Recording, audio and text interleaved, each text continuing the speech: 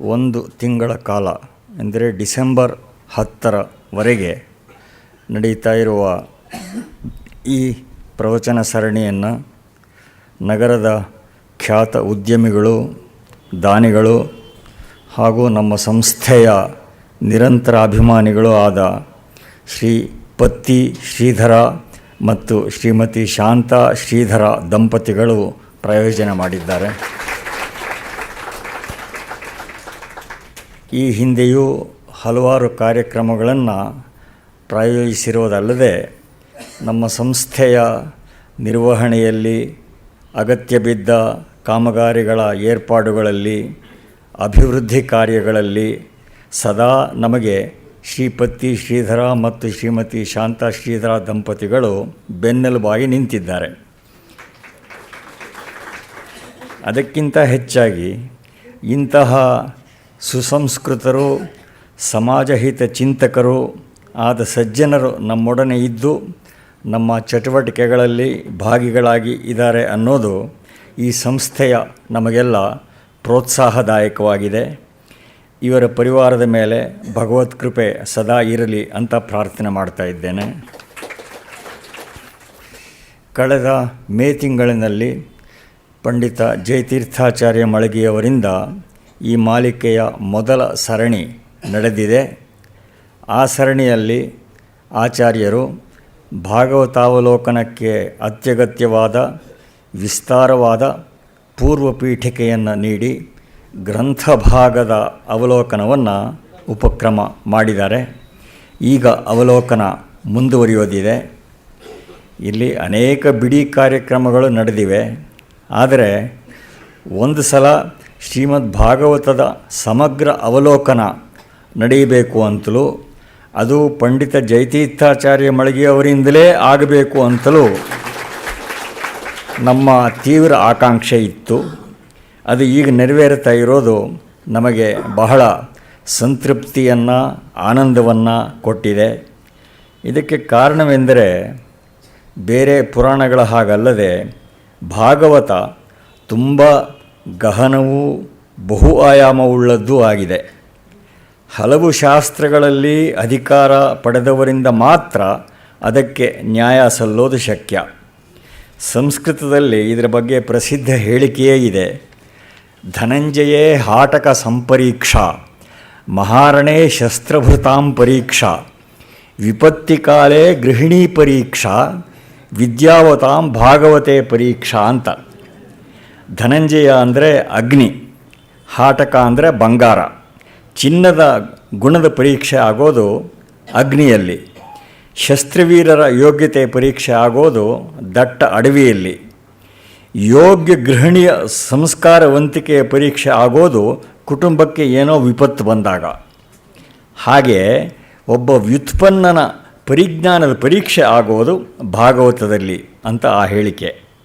ಹೀಗೆ ಭಾಗವತದ ಅನುಸಂಧಾನ ನಿಜವಾದ ವಿದ್ವತ್ತಿನ ಮಾನದಂಡ ಎನಿಸಿದೆ ನಮ್ಮ ಪರಂಪರೆಯಲ್ಲಿ.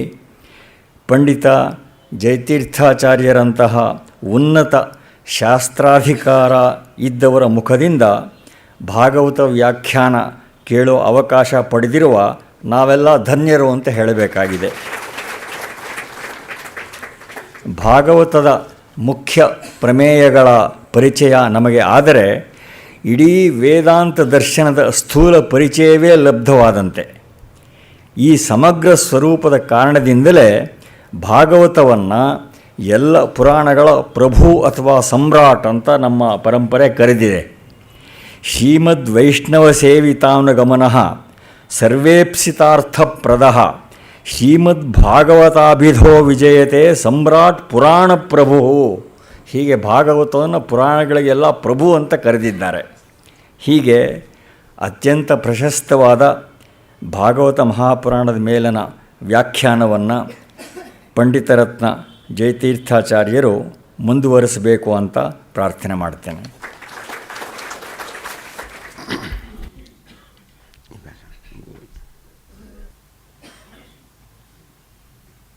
ಹರಿ ಓಂ. ಜನ್ಮಾದ್ಯಸ್ಯ ಯತೋನ್ವಯಾದಿತರತಶ್ಚಾರ್ಥೇಷ್ವಭಿಜ್ಞಸ್ವರಾಟ್ ತೇನೇ ಬ್ರಹ್ಮ ಹೃದಯ ಆದಿಕವಯೇ ಮುಹ್ಯಂತಿ ಯಂ ಸೂರಯಃ ತೇಜೋ ವಾರಿಮೃದಾಂ ಯಥಾ ವಿನಿಮಯೋ ಯತ್ರ ತ್ರಿಸರ್ಗೋ ಮೃಷಾ ಧಾಮ್ನಾ ಸ್ವೇನ ಸದಾ ನಿರಸ್ತಕುಹಕಂ ಸತ್ಯಂ ಪರಂ ಧೀಮಹಿ.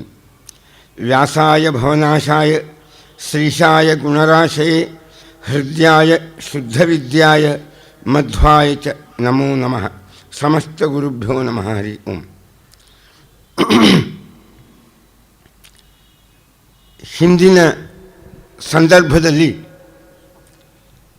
ಭಾಗವತದ ಉಪಕ್ರಮಣಿಕೆಯನ್ನು ಕಾಣ್ತಾ 3 ಸ್ಕಂದಗಳವರೆಗೂ ಸ್ವಲ್ಪ ತಿಳಿಲಿಕ್ಕೆ ಒಂದು ಪ್ರಯತ್ನವನ್ನು ಪಟ್ಟಿದ್ದೆವು. ಹಿರಿಯರಾದ ರಾಮಸ್ವಾಮಿಗಳು ಹೇಳಿದಂತೆ ಇದು ಪುರಾಣ ರಾಜ. ಇವತ್ತಿಗೂ ಭಾರತೀಯ ಜನಮಾನಸದಲ್ಲಿ ಜೀವಂತವಾಗಿ ಉಳಿದ ಪುರಾಣ ಭಾಗವತ. ಪ್ರಾಯ ಆಸ್ತಿಕರು ಆಸ್ಥಾ ಅಂತ ಒಂದು ಯಾವುದೋ ಟಿ ವಿಯ ಚಾನಲ್ ತೆಗೆದ್ರೆ ಭಾಗವತ ನಡೆದಿರ್ತಾವೆ. ಇಡೀ ದೇಶದ ಇನ್ನೂ ವಿಶೇಷ ಅಂದರೆ ಭಾರತದ ಉತ್ತರ ಭಾಗದಲ್ಲಿ ಇವತ್ತಿಗೂ 1,00,000ಗಟ್ಟಲೆ ಜನ ಸೇರಿ ಯಾವುದನ್ನು ಇವತ್ತಿಗೂ ಕೇಳ್ತಾ ಇರ್ತಾರೆ. ಯಾವಾಗಲೂ ಒಂದು 100 ಕಡೆ ನಡೆದೇ ಇರ್ತದೆ.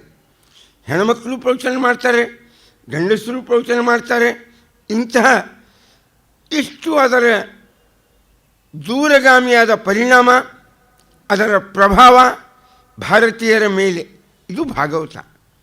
ನಮ್ಮ ಒಂದು ಸಂಸ್ಕೃತಿ, ನಮ್ಮ ಜನಜೀವನ, ನಮ್ಮ ಪದ್ಧತಿ, ನಮ್ಮದೇ ಆದ ಮನೋಭೂಮಿಕೆ, ನಮ್ಮದೇ ಆದ ಜೀವನದ ದೃಷ್ಟಿ, ನಮ್ಮದೇ ಆದಂತಹ ಎಲ್ಲ ವಿಧದ ಸಮಸ್ಯೆಗಳಿಗೆ ಒಂದು ಶ್ರೇಷ್ಠವಾದ ಮಾರ್ಗದರ್ಶನವನ್ನು ಮಾಡುವ ಮಹಾಕೃತಿ ಇದು ಶ್ರೀಮದ್ ಭಾಗವತ.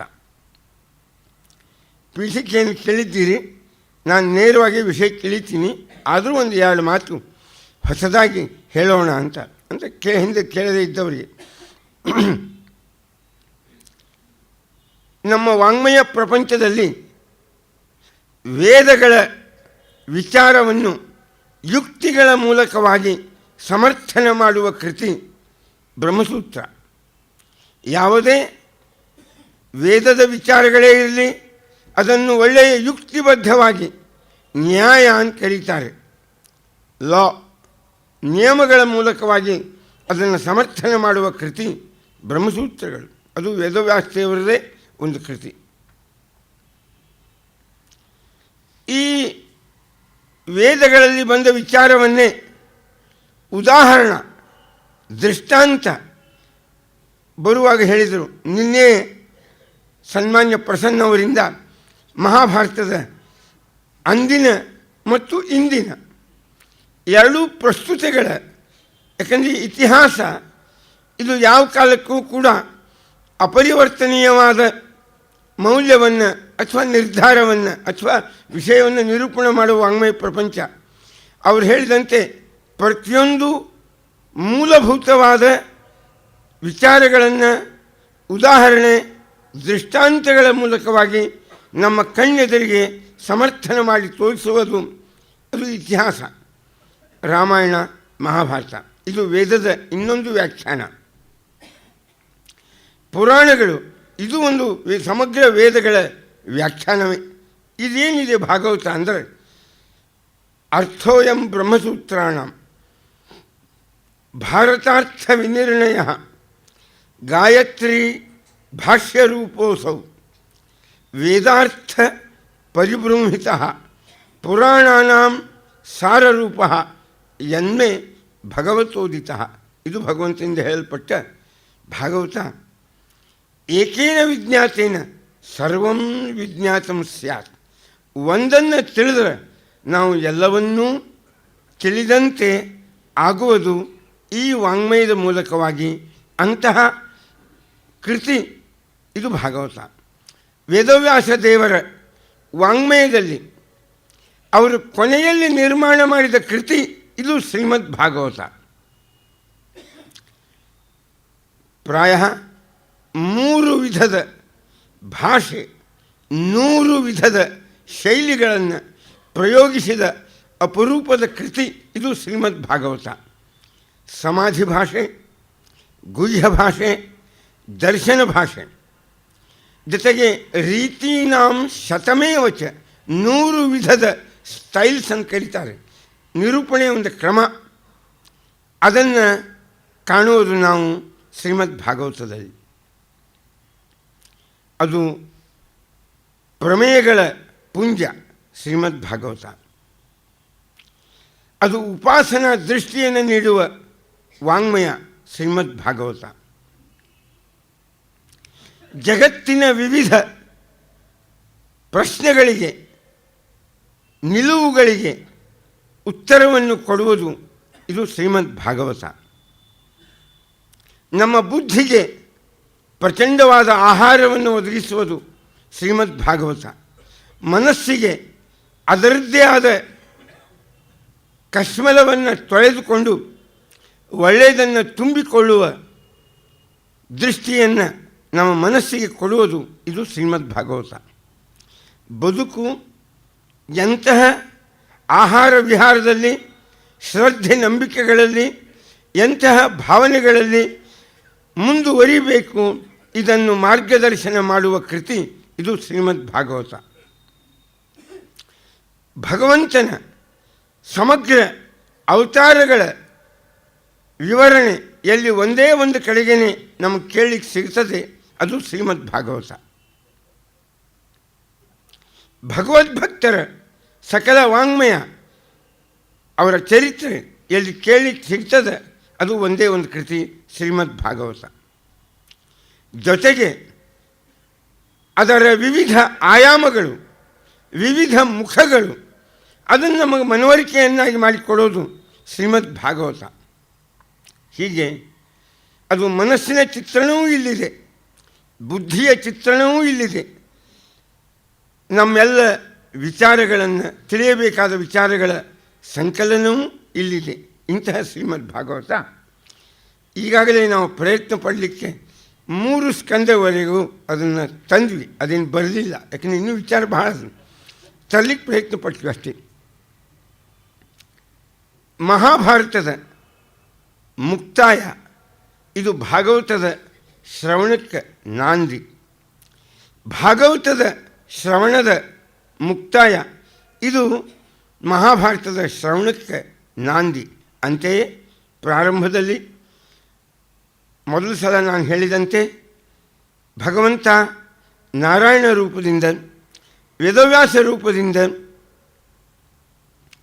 ಮತ್ತು ಕೃಷ್ಣ ರೂಪದಿಂದ ನಿರೂಪಣೆ ಮಾಡಿದ ಕೃತಿ ಶ್ರೀಮದ್ ಭಾಗವತ. ಕೃಷ್ಣನಾಗಿ ಮೈತ್ರೇಯರು, ಉದ್ಧವ ಅವ್ರ ದ್ವಾರ ವಿದುರನಿಗೆ ಹೇಳಿಸಿದ ಇದು ಶ್ರೀಮದ್ ಭಾಗವತ. ಶ್ರೀಮನ್ನಾರಾಯಣ ಬ್ರಹ್ಮದೇವರಿಗೆ ಹೇಳಿದ ಇದು ಶ್ರೀಮದ್ ಭಾಗವತ. ಅದು ನಾರದರಿಂದ ಬಂತು. ವೇದವ್ಯಾಸದೇವರು ತಮ್ಮ ಮಕ್ಕಳಾದ ಶುಕಾಚಾರ್ಯರಿಗೆ ಹೇಳಿದರು, ಇದು ಶ್ರೀಮದ್ ಭಾಗವತ. ವೇದವ್ಯಾಸದೇವರು ಈ ತನ್ನ 3 ರೂಪದಿಂದ ಹೇಳಿದ ವಿಚಾರಗಳನ್ನು ಒಂದೆಡೆಗೆ ಸಂಹಿತ ಸಂಗ್ರಹ ಮಾಡಿ ನೀಡಿದರು, ಅದು ಶ್ರೀಮದ್ ಭಾಗವತ. ಶುಕಾಚಾರ್ಯರು ಪರೀಕ್ಷಿತಗೆ ಹೇಳಿದ್ದು ಇದೇ ಭಾಗವತ. ಮೈತ್ರೇಯರು ವಿದುರನಿಗೆ ಹೇಳಿದ್ದು ಇದೇ ಭಾಗವತ. ಸೂತರು ಶೌನಕಾದಿಗಳಿಗೆ ಹೇಳಿದ್ದು ಇದೇ ಭಾಗವತ. ಹರಿದ್ವಾರ, ಶುಕಸ್ಥಲ, ನೈಮಿಷಾರಣ್ಯ ಅಲ್ಲೆಲ್ಲ ನಡೆದ ಸಂವಾದವು ಇದು ಶ್ರೀಮದ್ ಭಾಗವತ. ಪ್ರಾಯ ಶಂಕರ, ರಾಮಾನುಜ, ನಿಂಬಾರ್ಕ, ಮಧ್ವ, ವಲ್ಲಭ ಎಲ್ಲ ಮತೀಯ ಆಚಾರ್ಯರು ಅಂಗೀಕರಿಸಿದ ಒಂದು ಕೃತಿ ಶ್ರೀಮದ್ ಭಾಗವತ. ಎಲ್ಲ ಮತೀಯರು ವ್ಯಾಖ್ಯಾನ ಮಾಡಿದ ಕೃತಿ ಶ್ರೀಮದ್ ಭಾಗವತ. ವಲ್ಲಭಾಚಾರ್ಯರು ವ್ಯಾಖ್ಯಾನ ಮಾಡ್ಯಾರ, ಅವರು 15ನೇ ಶತಮಾನ. ಮೋಕ್ಷ ಇದು 1ರಿಂದ ಅಂತ ಹೇಳ್ತಾರೆ ಅವರು, ವಲ್ಲಭ ಸಂಪ್ರದಾಯದವರು. ಅವರು ವಲ್ಲಭಾಚಾರ್ಯರು ಮೂಲತಃ ಆಂಧ್ರದವರು, ಆದರೆ ಅವರ ಶಿಷ್ಯ ಪ್ರಭಾವ ರಾಜಸ್ಥಾನ್ ಮತ್ತು ಗುಜರಾತಿಗೆ ತುಂಬೆ 8 ಜನ ಭಾರಿ ದೊಡ್ಡದು ವಲ್ಲಭ ಸಂಪ್ರದಾಯದ ಜನ. 2 ಮತೀಯರು ಬಹಳ ಶ್ರೀಮಂತ ಜನಾಂಗ ಅಂತ. ಒಂದು ವಲ್ಲಭ ಸಂಪ್ರದಾಯ, ಇನ್ನೊಂದು ಸ್ವಾಮಿನಾರಾಯಣ ಸಂಪ್ರದಾಯ ಅಂತ. ಅವೆರಡು ಗುಜರಾತ್ ಮತ್ತು ರಾಜಸ್ಥಾನ್ ಈ ಪ್ರಾಂತದಲ್ಲೇ ಅವರೆಲ್ಲ ಅನುಯಾಯಿಗಳು ಹೆಚ್ಚಿದ್ದಾರೆ. ಆ ವಲ್ಲಭ ಮತ್ತು ಇಬ್ಬರದು ನಾಮನೂ ಒಂದೇ ಇದೆ. ಕೆಂಪನ ಒಂದು ಊರ್ಧ್ವಪುಂಡ್ರ ವಲ್ಲಭ ಸಂಪ್ರದಾಯ ಇದ್ದು ಅದೇ, ಮತ್ತು ಸ್ವಾಮಿನಾರಾಯಣ ಸಂಪ್ರದಾಯ ಇದ್ದು ಕೆಂಪನ ಒಂದು ತಿಲಕ, ಮಧ್ಯ ಒಂದು ಕೆಂಪನ ಬಟ್ಟು, ಕುಂಕುಮ ಬಟ್ಟು ತಿಲಕ. ಇದು ಸ್ವಾಮಿನಾರಾಯಣ ಸಂಪ್ರದಾಯ. ಅದು 200 ವರ್ಷ ಆಯಿತು ಪ್ರಾರಂಭ ಆಗಿ. ವಲ್ಲಭಾಚಾರ್ಯ ಶುರುವಾಗಿ 500 ವರ್ಷ ಆಯಿತು. ಇಸ್ಕಾನ್ ಶುರುವಾಗಿ ಅಂತೂ ಇದು ಮೊದಲ ವಲ್ಲಭಾಚಾರ್ಯ ಕಾಲಕ್ಕೆ ಪ್ರಾರಂಭವಾದ ಕೃಷ್ಣ ಚೈತನ್ಯ. ಆ ಕೃಷ್ಣ ಚೈತನ್ಯನ ಸಂಪ್ರದಾಯದ ಒಂದು ಶಾಖೆ ಇಸ್ಕಾನ್ ಅಂಥೇಳಿ ನೀವು ನೋಡ್ತಾ ಇದ್ದೀರಿ. ಬೆಂಗಳೂರಲ್ಲಿ ಹೋದ, ಎಲ್ಲ ಕಡೆಯೂ ಹೋದ, ಈ ಎಲ್ಲ 180 ವಿದೇಶಗಳಲ್ಲಿ ಅದರ ವಿಸ್ತಾರವಾದ ಶಾಖೆ ದೇವಸ್ಥಾನ. ಇವ್ರದ್ದು ಒಂದೇ ಗುರಿ, ರಮಣ್ ರೀತಿ ಅಂತ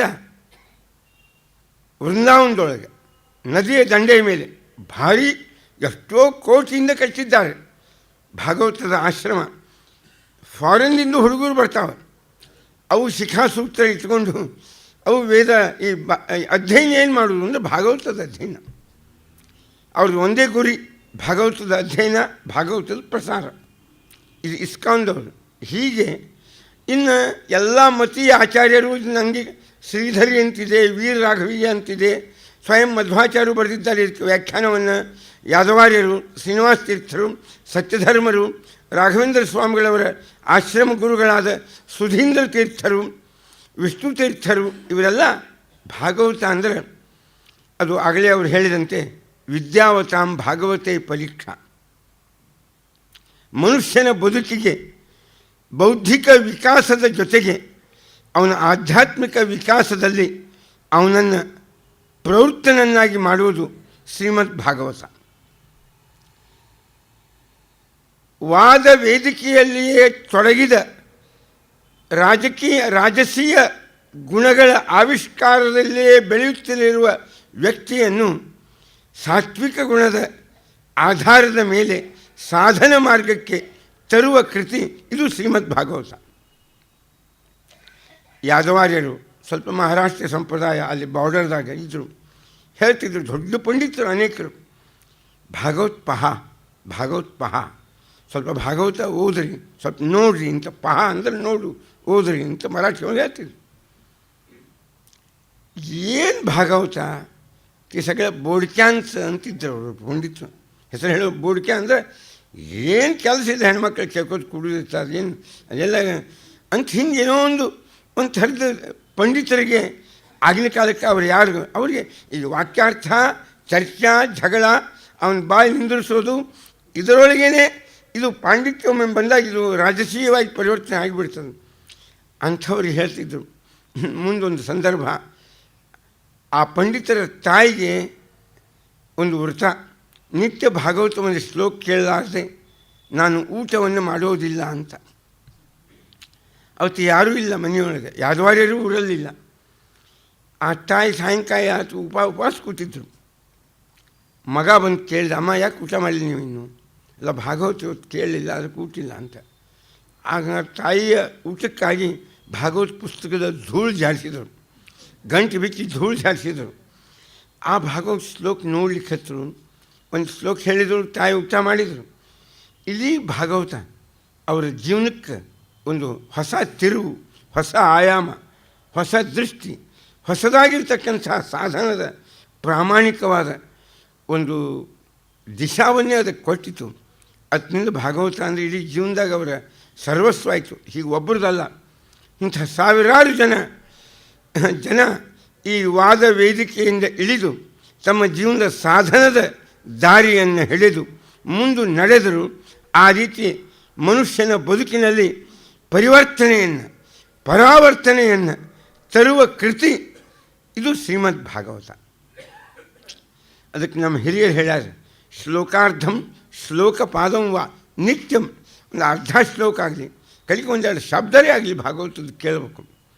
ನಮ್ಮ ಅದೇ ಧರ್ಮದ ದಾರಿಯಲ್ಲಿ ನಮ್ಮನ್ನು ಉಳಿಸೋದು ಈ ಕೃತಿ ಅಂತ. ಇದು ಹಿಂಗೆ ಭಾಗವತದ ಹಿರಿಮೆ ಒಂದು ಕಡೆಗೆ. ಇಂಥ ಭಾಗವತದಲ್ಲಿ ಅದರ ಪ್ರಸ್ತುತತೆಗೆ ಕಾರಣವಾದ ಸಂವಾದಕ್ಕೆ ಅನುಕೂಲವಾದ ಸೂತರು ಶೌನಕರ ಸಂವಾದ ಎಲ್ಲಿ ನಡೆಯಿತು, ಅದು ಯಾಕೆ ಎಂಬುದನ್ನು ಪ್ರಥಮ ಸ್ಕಂದ ಹೇಳಿತು. ಯಾರು ಶುಕಾಚಾರ್ಯರು, ಯಾರು ಪರೀಕ್ಷಿತ, ಯಾಕೆ ಸೇರಿದರು ಭಾಗವತ ಕೇಳಲಿಕ್ಕೆ ಅನ್ನುವ ಅವರಿಬ್ಬರ ಪರಿಚಯವನ್ನು ಕೊಟ್ಟು ಭಾಗವತವನ್ನು ಕೇಳುವ ಸಂದರ್ಭ ಅವರ ಬದುಕಿನಲ್ಲಿ ಹೇಗೆ ಒದಗಿತು ಇದನ್ನು ತಿಳಿಸಲಿಕ್ಕೆ ಪ್ರಥಮ ಸ್ಕಂದದ ಮುಕ್ತಾಯ. ದ್ವಿತೀಯ ಸ್ಕಂದದಲ್ಲಿ ವಿರಾಟ್ ಚಿಂತನ ಬಹಳ ದೊಡ್ಡ ಮಾತು. ಎಲ್ಲರೂ ಹೇಳುವ ದರ್ಶನಗಳ ಮೂಲವಾದ ಮಾತು. ಎಲ್ಲರಲ್ಲಿ ದೇವರಿದ್ದಾನೆ. ಜಗತ್ತು ಜಡ, ಇದು ದೇವರ ಪ್ರತಿಮೆ. ಚೇತನರು, ಇದು ದೇವರ ಪ್ರತಿಮೆ. ನಾವು ಇಡೀ ಜಗತ್ತನ್ನು ಬಿಟ್ಟು ಹೋಗ್ಲಿಕ್ಕೆ ಸಾಧ್ಯ ಇಲ್ಲ, ಇಲ್ಲಿಯೇ ಇರುವವರು.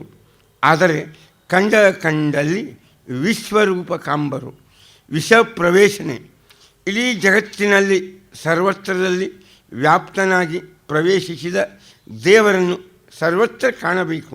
ಇದು ವಿರಾಟ್ ಚಿಂತನ. ಏನು ಕಂಡರೂ, ಏನು ನೋಡಿದರೂ, ಏನನ್ನು ತಿಳಿದರೂ ಅಲ್ಲಿ ದೇವರ ಸಂಬಂಧವನ್ನೇ ಕಾಣುವ ದೊಡ್ಡ ದೃಷ್ಟಿ ಅದನ್ನು ಕೊಟ್ಟಿತು ಮೊದಲು ದ್ವಿತೀಯ ಸ್ಕಂದದ ಪ್ರಾರಂಭ.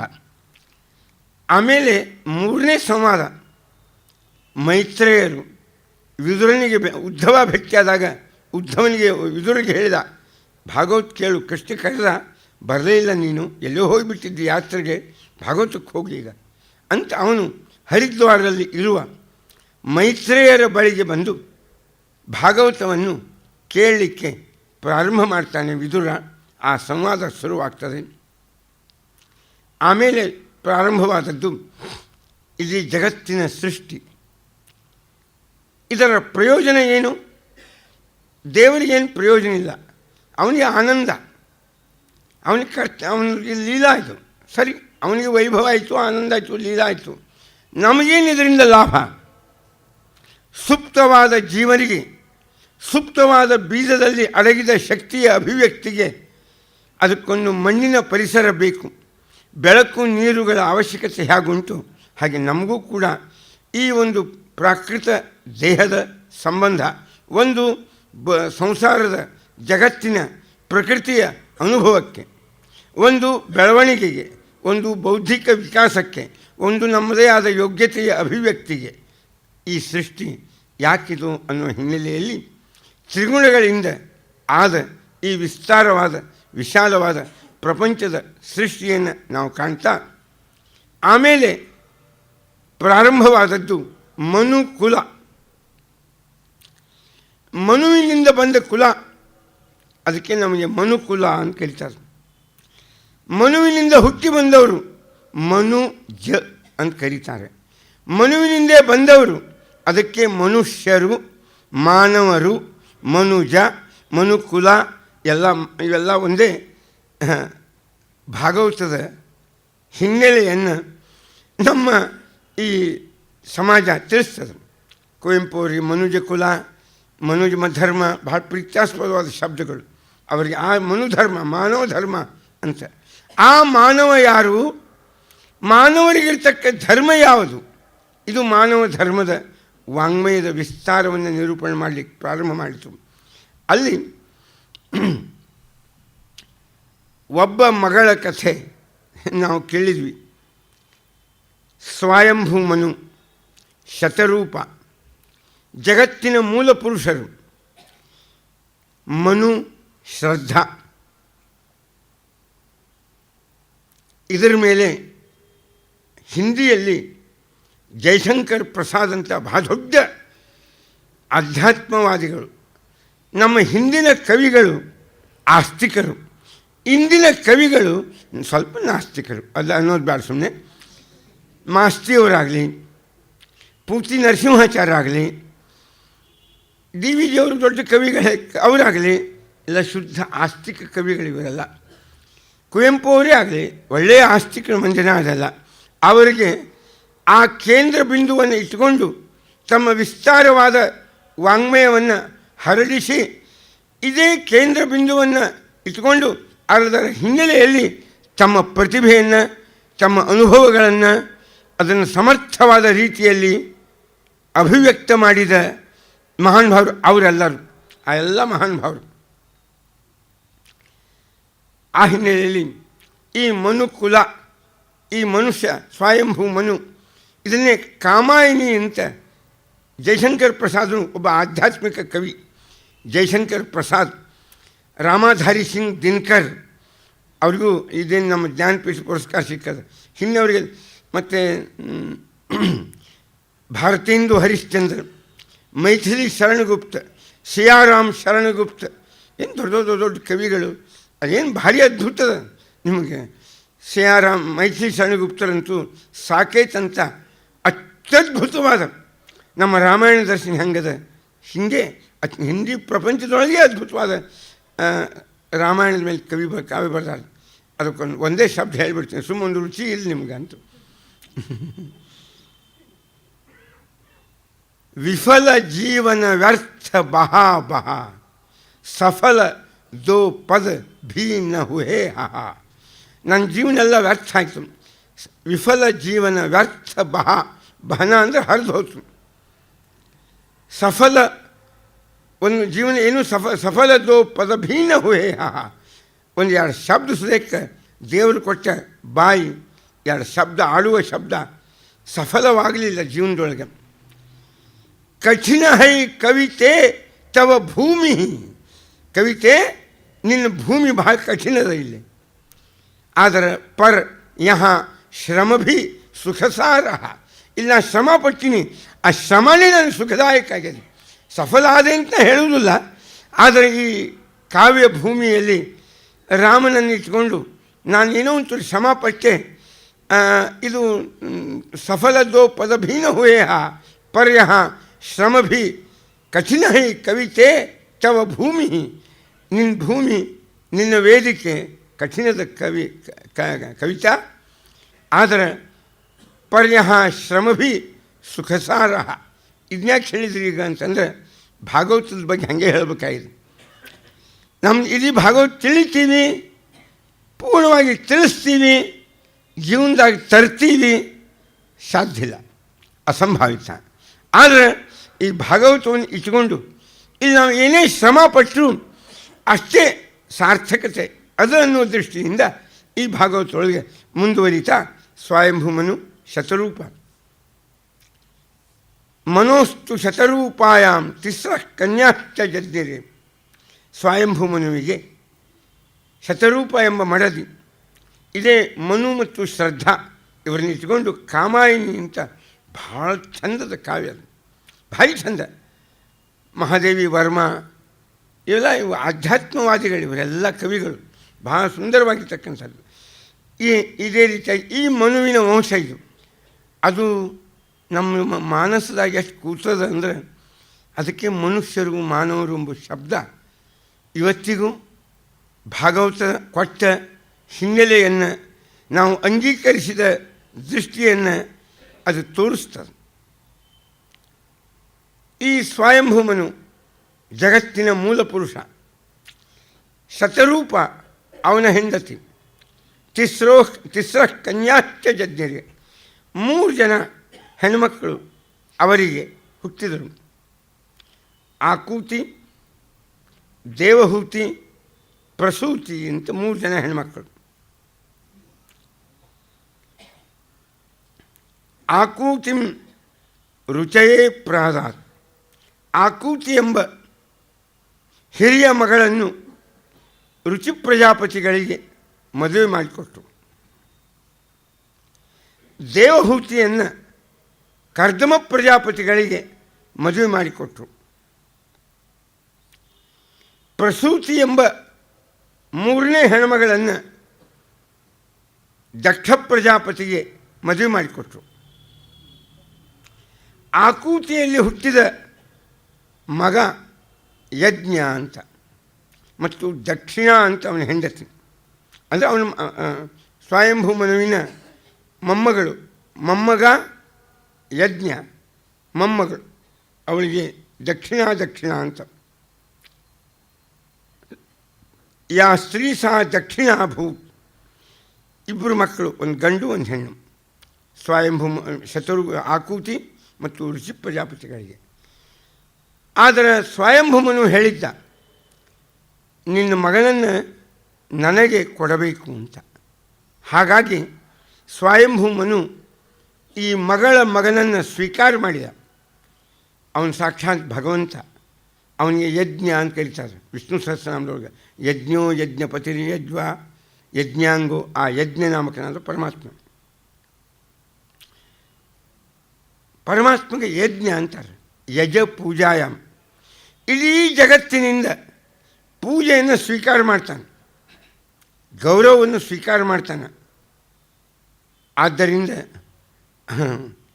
ಅಗ್ನಿಂ ಈಳೆ ಪುರೋಹಿತಂ, ಅದಕ್ಕೆ ಅಗ್ನಿ ಪೂರ್ವೈರ್ಷಿಭಿ, ಅಗ್ನಿ ಉತ ನೂತನ ಅಗ್ನಿ ಪೂರ್ವೇಭಿರ್ಷಿಭಿ ಈಜೋ ನೂತನೈರುತ, ಋಗ್ವೇದ 2ನೇ ಮಂತ್ರ. ಈ ಅಗ್ನಿ, ಈ ಪರಮಾತ್ಮ ಅಂದಿನವರಿಂದ ಮಾತ್ರ ಸ್ತುತ್ಯ ವಂದ್ಯ ಇಷ್ಟೇ ಅಲ್ಲ, ಇಂದಿಗೂ ಎಷ್ಟರ ಮಟ್ಟಿಗೂ ಕಡಿಮೆ ಆದರೂ ಆ ಜನರಲ್ಲಿ ಆ ಮಾನಸ ಭಾವನಾ, ಆ ಮನಸ್ಸಿನೊಳಗೆ ಆ ಧರ್ಮದ ಭಾವನಾ ಇನ್ನೂ ಹೆಚ್ಚದ, ಇನ್ನೂ ಭಾರಿ ಅದ, ಇನ್ನೂ ಬೆಳೀತಾ ಇದೆ.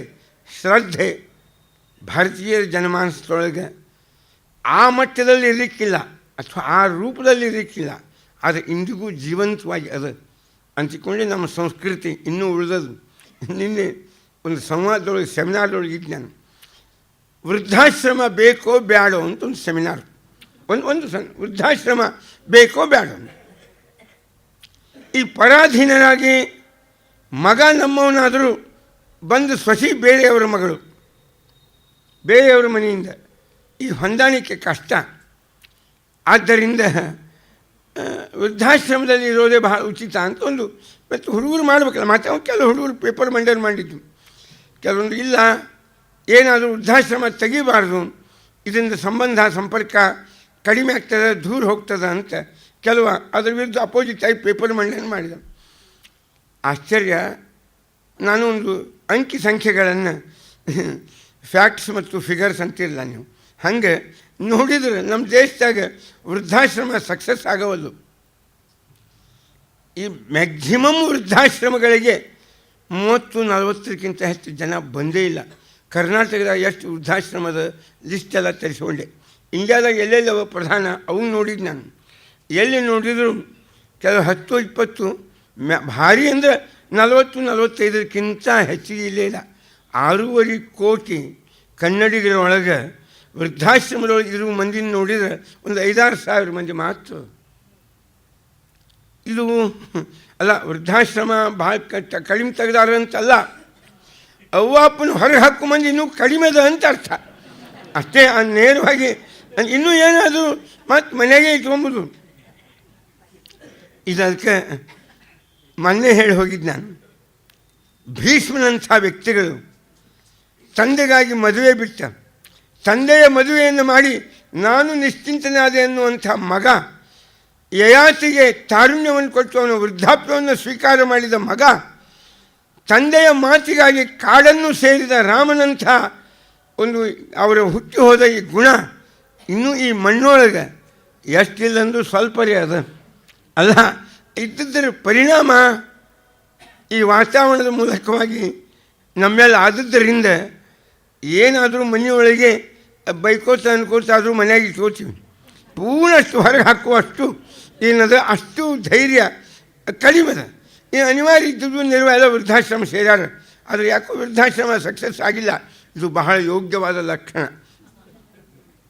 ಲೌಕಿಕವಾಗಿ ಮುಂದುವರೆದರೂ ನಮ್ಮ ಆಧ್ಯಾತ್ಮಿಕವಾದ ಒಂದು ಬಂಧನ ಇನ್ನೂ ನಮ್ಮನ್ನು ಸರಿಯಾದ ದಾರಿಯಲ್ಲಿ ಇಟ್ಟಿದೆ ಎಂಬುದನ್ನು ಇದರಿಂದ ನಾವು ತಿಳಿಯಬಹುದು.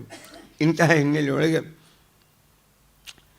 ಸ್ವಯಂಭೂಮನು ಆ ಯಜ್ಞನಾಮಕ ಪರಮಾತ್ಮನ ಅವನು ಸ್ವೀಕಾರ ಮಾಡಿದ, ಅವನನ್ನು ಸ್ತೋತ್ರ ಮಾಡ್ತಾನೆ. ಅದೇ ನೀವೆಲ್ಲ ಕೇಳಿರ್ತಕ್ಕ ಪ್ರಸಿದ್ಧವಾದ ಮೊದಲನೆಯದಾದ ಉಪನಿಷತ್ತು ಈಶಾವಾಸ್ಯ ಉಪನಿಷತ್ತು. ಸ್ವಯಂಭುವ ಸ್ವದೌಹಿತ್ರಂ ವಿಷ್ಣು ಯಜ್ಞಾಭಿಧಂ ಮನು ಈಶಾವಾಸ್ಯಾದಿಭಿರ್ಮಂತ್ರೈ ತುಷ್ಟಾವವಿಹಿತಾತ್ಮನ. 18 ಮಂತ್ರದಿಂದ ಸ್ತೋತ್ರ ಮಾಡಿದ. ಶುಕ್ಲ ಯಜುರ್ವೇದದ ಸಂಹಿತಾದೊಳಗೆ ಬರ್ತಾವೆ ಈ ಮಂತ್ರ ಎಲ್ಲ. ಶುಕ್ಲ ಯಜುರ್ವೇದ ಅದರ ಸಂಹಿತಾದ ಮಂತ್ರಗಳು ಯಾವುದು? ಈಶಾವಾಸ್ಯಮಿದಗ್ಗುಂ ಸರ್ವಂ ಯತ್ಕಿಂಚ ಜಗತ್ಯಾನ್ ಜಗತ್. ಇಲ್ಲಿಯೂ ಬಂದದ ಆತ್ಮಾವಾಸ್ಯಮಿದಂ ಸರ್ವಂ ಯತ್ಕಿಂಚ ಜಗತ್ಯಾನ್ ಜಗತ್ ಅಂತ ಭಾಗವತದೊಳಗೆ. ಅದು ಯಜ್ಞನಾಮಕನಾದ ಪರಮಾತ್ಮ, ಅವನ ಸ್ತೋತ್ರ. ಅದು ಈಶಾವಾಸ್ಯ ಉಪನಿಷತ್ತು. ಬಹಳ ಅತ್ಯದ್ಭುತವಾದ ಉಪನಿಷತ್ತು ಈಶಾವಾಸ್ಯ ಉಪನಿಷತ್ತು. ಅಂದರೆ ಚಿನ್ಮಯಾನಂದರ ಇದ್ರ ಮೇಲೆ ಭಾರಿ ಮಾತಾಡ್ತಿದ್ವಿ. ನನಗೆ ಅದು ನಮ್ಮ ಬಾಂಬೆದೊಳಗೆ ನಾನು ಕಲೀಲಿಕ್ಕಿದ್ದಾಗ ಕ್ರಾಸ್ ಮೈದಾನ್, ಓವಲ್ ಮೈದಾನ್ ಅಂತ ಚರ್ಚಿಗೆ ಸ್ಟೇಷನ್ ಹತ್ತಿರ 10,000 ಜನ ಸೇರ್ತಿತ್ತು ಇಂಗ್ಲೀಷ್ನೊಳಗೆ. ಭಾಳ ಜನ ಅಂತ. ಅಷ್ಟು ಮೌಲಿಕವಾದ ಉಪನಿಷತ್ತು ಈಶಾವಾಸ್ಯ ಉಪನಿಷತ್ತು. ಸಮಗ್ರವಾದ ಪ್ರಪಂಚದ ಪರಿಚಯವನ್ನು ನೀಡುವ ಉಪನಿಷತ್ತು ಈಶಾವಾಸ್ಯ ಉಪನಿಷತ್ತು. ಇದರ ಹಿನ್ನೆಲೆಯನ್ನು ನಾವು ಮತ್ತೆ ಇಲ್ಲಿ ಕಂಡ್ವಿ. ಆಮೇಲೆ ಆನಿನ್ಯೇ ಸ್ವಗೃಹಂ ಪುತ್ರ್ಯಾಃ ಪುತ್ರಂ ಸ್ವಯಂಭುವೋ ಮುದಾಯುಕ್ತ ರುಚಿರ್ಜಗ್ರಾಹ ದಕ್ಷಿಣಾಂ. ಆ ರುಚಿಯನ್ನೇ ಯಜ್ಞನಾಮಕನಾದ ಪರಮಾತ್ಮನಿಗೆ ಮದುವೆ ಮಾಡಿದರು. ಅವು ಭಗವಂತನ ಒಂದು ಲಕ್ಷ್ಮೀ ರೂಪ, ಒಂದು ಪರಮಾತ್ಮನ ರೂಪ. ಆಮೇಲೆ ಅದೇ ಈ ರುಚಿ ಮತ್ತು ಅವನ ಹೆಂಡತಿ ದಕ್ಷಿಣ, ಇವರಲ್ಲಿ 12 ಜನ ಮಕ್ಕಳಾದರು. ಇದು ಕಥೆ ಶುರುವಾತು. ಬಹಳ ಸುಂದರವಾಗಿ ಎಲ್ಲಿ ಭಗವಂತನಿಗೆ ಸಮರ್ಪಿತವಾದ ಜೀವನ, ಎಲ್ಲಿ ಅದರ ಸಮರ್ಪಣೆ ಭಗವಂತನಿಗೆ ಸಾಂಗತ ಎರಡು ಇರ್ತಾವ, ಅಲ್ಲಿ ಏನಾಗ್ತದೆ ನಮಗೆ? ಇವರು ಸಂತಾನವೂ ಹೌದು, ಅಥವಾ ಇವು ಒಂದು ರೀತಿಯಲ್ಲಿ ಪ್ರಾಪ್ತವಾಗುವ ಪ್ರಯೋಜನವೂ ಹೌದು. ಎಷ್ಟು ಜನ ಮಕ್ಕಳು? ತುಷ್ಟಾಯಾಮ್ ತೋಷ, ಪ್ರತೋಷ, ಸಂತೋಷ, ಭದ್ರ, ಶಾಂತಿ, ಇದಸ್ಪತಿ, ಇದ್ಮ, ಕವಿರ್ಭೂ, ಕವಿ, ವಿಭೂ, ಮತ್ತು ಸ್ವನ್ಹ, ಸುದೇವ, ರೋಚನ, ದ್ವಿಷತ್. ತುಷಿತ ನಾಮತೆ ಇದೆ. ತುಷಿತ ಅಂತ ಇವು ದೇವತೆಗಳು. ಜೀವನ ಭಗವಂತನ ಪೂಜಾರೂಪದಿಂದ ಬಾಳಬೇಕು. ಬದುಕು ಭಗವಂತನ ಪೂಜಾರೂಪದಿಂದ ಬಾಳ್ತಾ ಇದ್ದರೆ, ದೇವರಿಗೆ ಬದುಕನ್ನೇ ಒಂದು ಫಲವಾಗಿ ಪ್ರಯೋಜನವನ್ನಾಗಿ ನೀಡ್ತಾ ಇದ್ದರೆ ಅದೇ ದಕ್ಷಿಣ. ಇದು ಯಜ್ಞ, ಅದು ದಕ್ಷಿಣ. ಇದು ಜೀವನದ ಯಜ್ಞ ರೂಪದಲ್ಲಿ, ಭಗವಂತನ ಪೂಜಾ ರೂಪದಲ್ಲಿ ಸಮಗ್ರ ಬದುಕು. ಉಂಡು ಹುಟ್ಟದ್ದೆಲ್ಲ ವಿಷ್ಣು ಪೂಜೆ ಅಂತ ವಿಜಯದಾಸರು ಹೇಳಿದಂತೆ ಇದು ಜೀವನದ ಪೂಜೆ. ಜೀವನವೇ ಯಜ್ಞ, ಜೀವನದಲ್ಲಿ ಯಜ್ಞ ಅಲ್ಲ. ಇದು ದೃಷ್ಟಿ. ಹೀಗೆ ಇದು ಯಜ್ಞ, ದಕ್ಷಿಣ. ಅದಕ್ಕೆ ಏನು ದಕ್ಷಿಣ?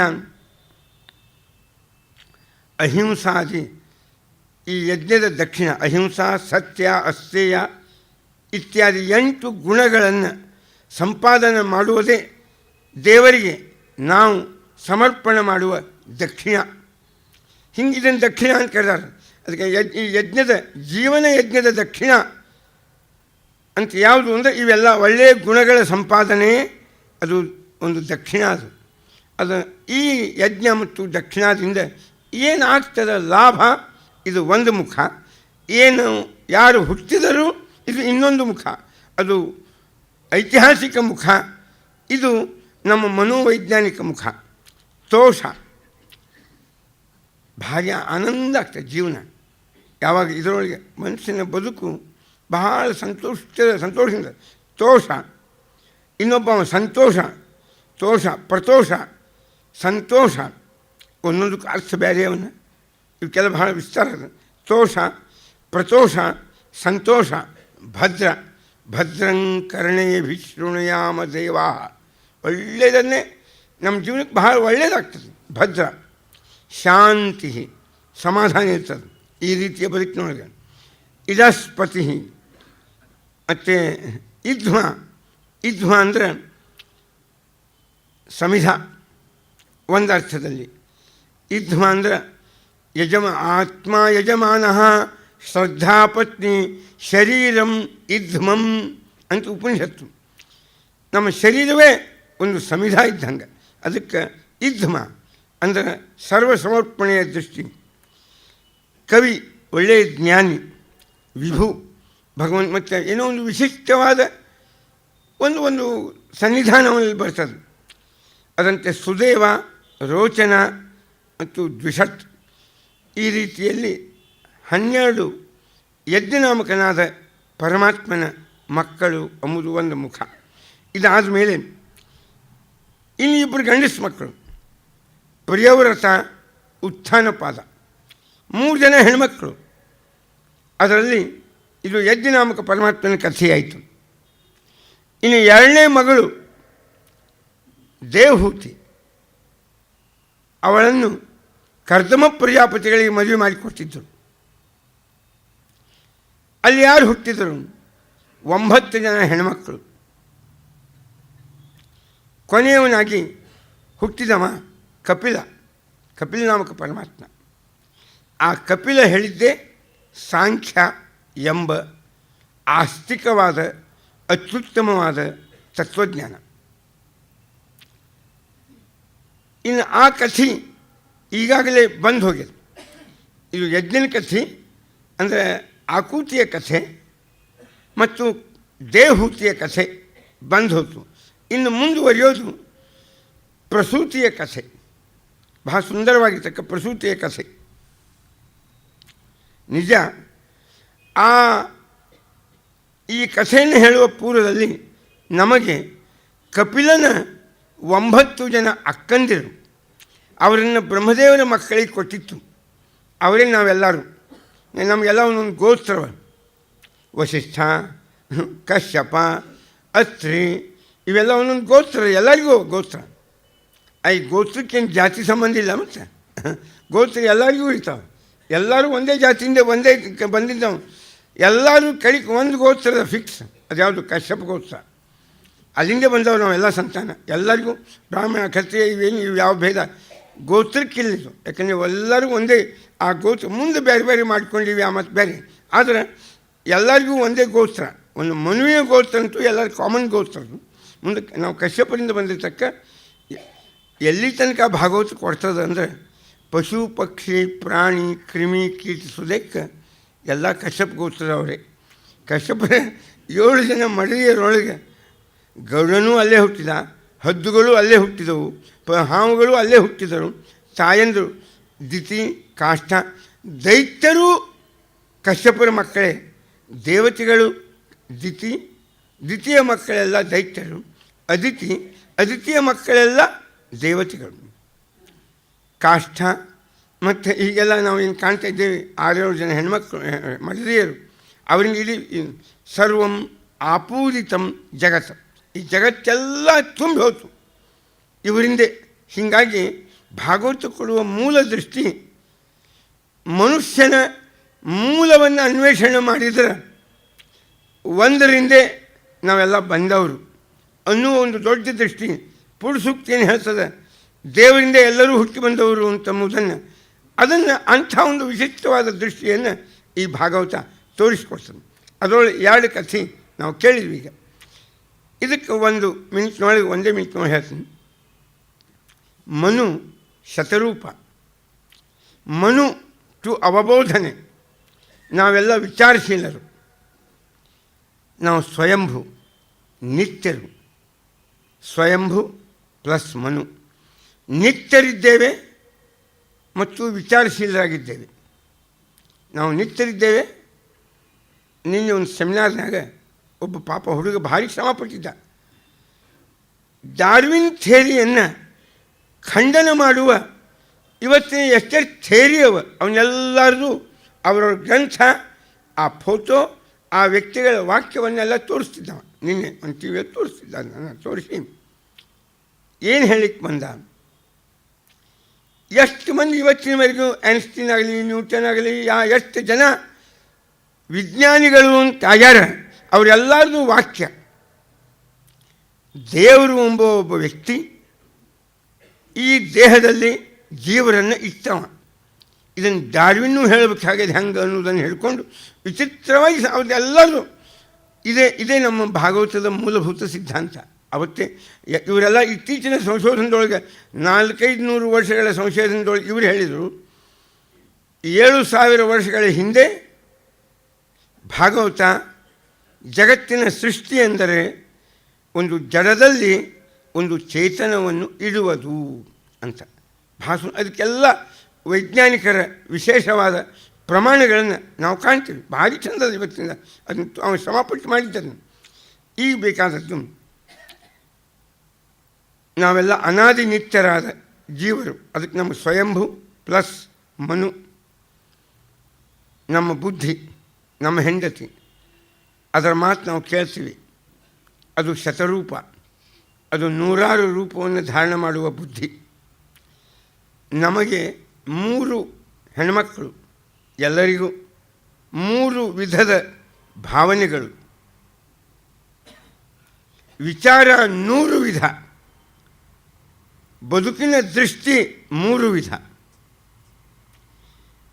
ಕೆಲವು ಎಲ್ಲ ತಿಳಿಬೇಕು ಅನ್ನುವ ಬುದ್ಧಿಪ್ರಧಾನ ಜೀವನ, ಕೆಲವು ತಿಳಿಯುವುದರ ಜೊತೆಗೆ ತಿಳಿದ ದೇವರಲ್ಲಿ ಭಕ್ತಿಯನ್ನು ಮಾಡಬೇಕು ಅನ್ನುವ ಎರಡನೇದೊಂದು ದೃಷ್ಟಿಕೋನ. ನಮಗೆ ಭಕ್ತಿಯನ್ನು ಮಾಡಬೇಕು ಭಗವಂತನಲ್ಲಿ ಅನ್ನುವ ಎರಡನೇ ದೃಷ್ಟಿಕೋನ, ಅದೇ ದೇವಹೂತಿ.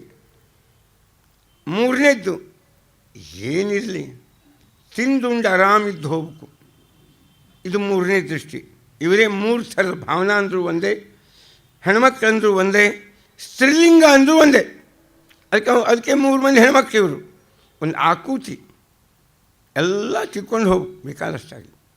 ಒಂದು ದೇವಹೂತಿ, ಹೊಯ ಆಹ್ವಾನೆ, ದೇವಂ ಹೊಯತೈತಿ ದೇವಹೂತಿ, ದೇವರು ಬೇಕು, ಭಗವಂತ ಬೇಕು ಅಂತ ನಂಬುವವರು ಕೆಲವರು. ಇನ್ನು ಕೆಲವು ಪ್ರಸೂತಿ, ಅದು ಪ್ರಸೂತಿ ಗೃಹ ಎಲ್ಲರಿಗೂ ಸಂಬಂಧಪಟ್ಟಿದ್ದು. ಪ್ರಸೂತಿಗಾಗಿಯೇ ಎಷ್ಟು ಹೋಟೆಲ್ಸ್ ಅವ, ಹಗಲು ಕೆಲವು ರಾತ್ರಿ ಹೋಟೆಲು, ಕೆಲವು ಹಗಲು ಹೋಟೆಲು. ಇವೆಲ್ಲ ಎದಕ್ಕಂದ್ರೆ ಒಟ್ಟು ಸಂಸಾರದೊಳಗೆ ಬಂದ ಮೇಲೆ ತಿಂದುಂಡು ಆರಾಮಿದ್ದು ಹೋಗ್ಬೇಕು ಅನ್ನುವ ಈ ದೃಷ್ಟಿ. ಪ್ರಾಯ ಒಂದು ರಾಜಸ, ಒಂದು ಸಾತ್ವಿಕ, ಒಂದು ತಾಮಸ, ಒಂದು ಬುದ್ಧಿಪ್ರಧಾನ, ಒಂದು ಭಾವನಾ ಪ್ರಧಾನ, ಒಂದು ಭೋಗ ಪ್ರಧಾನ ಅನ್ನುವ ಹಿನ್ನೆಲೆ ಈ ಥರದ 3 ಭಾವನಾ ನಮಗೆಲ್ಲರಿಗೂ ಬರ್ತಾವೆ. ಭೋಗಪ್ರಧಾನವಾದಂಥ ಭಾವನಾನೂ ಅವ ಅಂತಿಕೊಂಡೆ. ಅದಕ್ಕೆ ತಕ್ಕಂತೆ ನಮ್ಮಲ್ಲಿ ವ್ಯವಸ್ಥೆ ಮಾಡಿದ್ದದನ್ನ ಧರ್ಮಾರ್ಥ ಕಾಮ ಅಂತ ಮೊದಲು. ಆ ಭೋಗಪ್ರಧಾನ ವ್ಯವಸ್ಥೆ ಯಾರಿಗೆ ಬಿಟ್ಟಿಲ್ಲ? ಬಟ್ಟೆ ಬದಲಾಯಿಸಿದಂಗೂ. ನಾನು ಮುಂಬೈ ಒಳಗಿದ್ದಾಗ ಒಂದು ಮಹಾಲಕ್ಷ್ಮಿ ಅಂತ ಏರಿಯಾ ಅದು, ಅಲ್ಲೊಂದು ಸಾಧು ಬೇಲ ಆಶ್ರಮ ಅಂತಿತ್ತು. ದೊಡ್ಡ ಭಾರಿ ಆಶ್ರಮಗಳು, ಸಾಧು ಬೇಲ ಆಶ್ರಮ. ಆಗಿನ ಕಾಲಕ್ಕೆ ನಾನು ನೋಡ್ಲಿಕ್ಕೆ ಹೋಗಿದ್ದೆ 30 ವರ್ಷದ ಹಿಂದೆ, 35 ವರ್ಷದ ಹಿಂದೆ. ಸಾಧು ಬೇಲ ಉದಾಸೀನ ಆಶ್ರಮ ಅಂತ.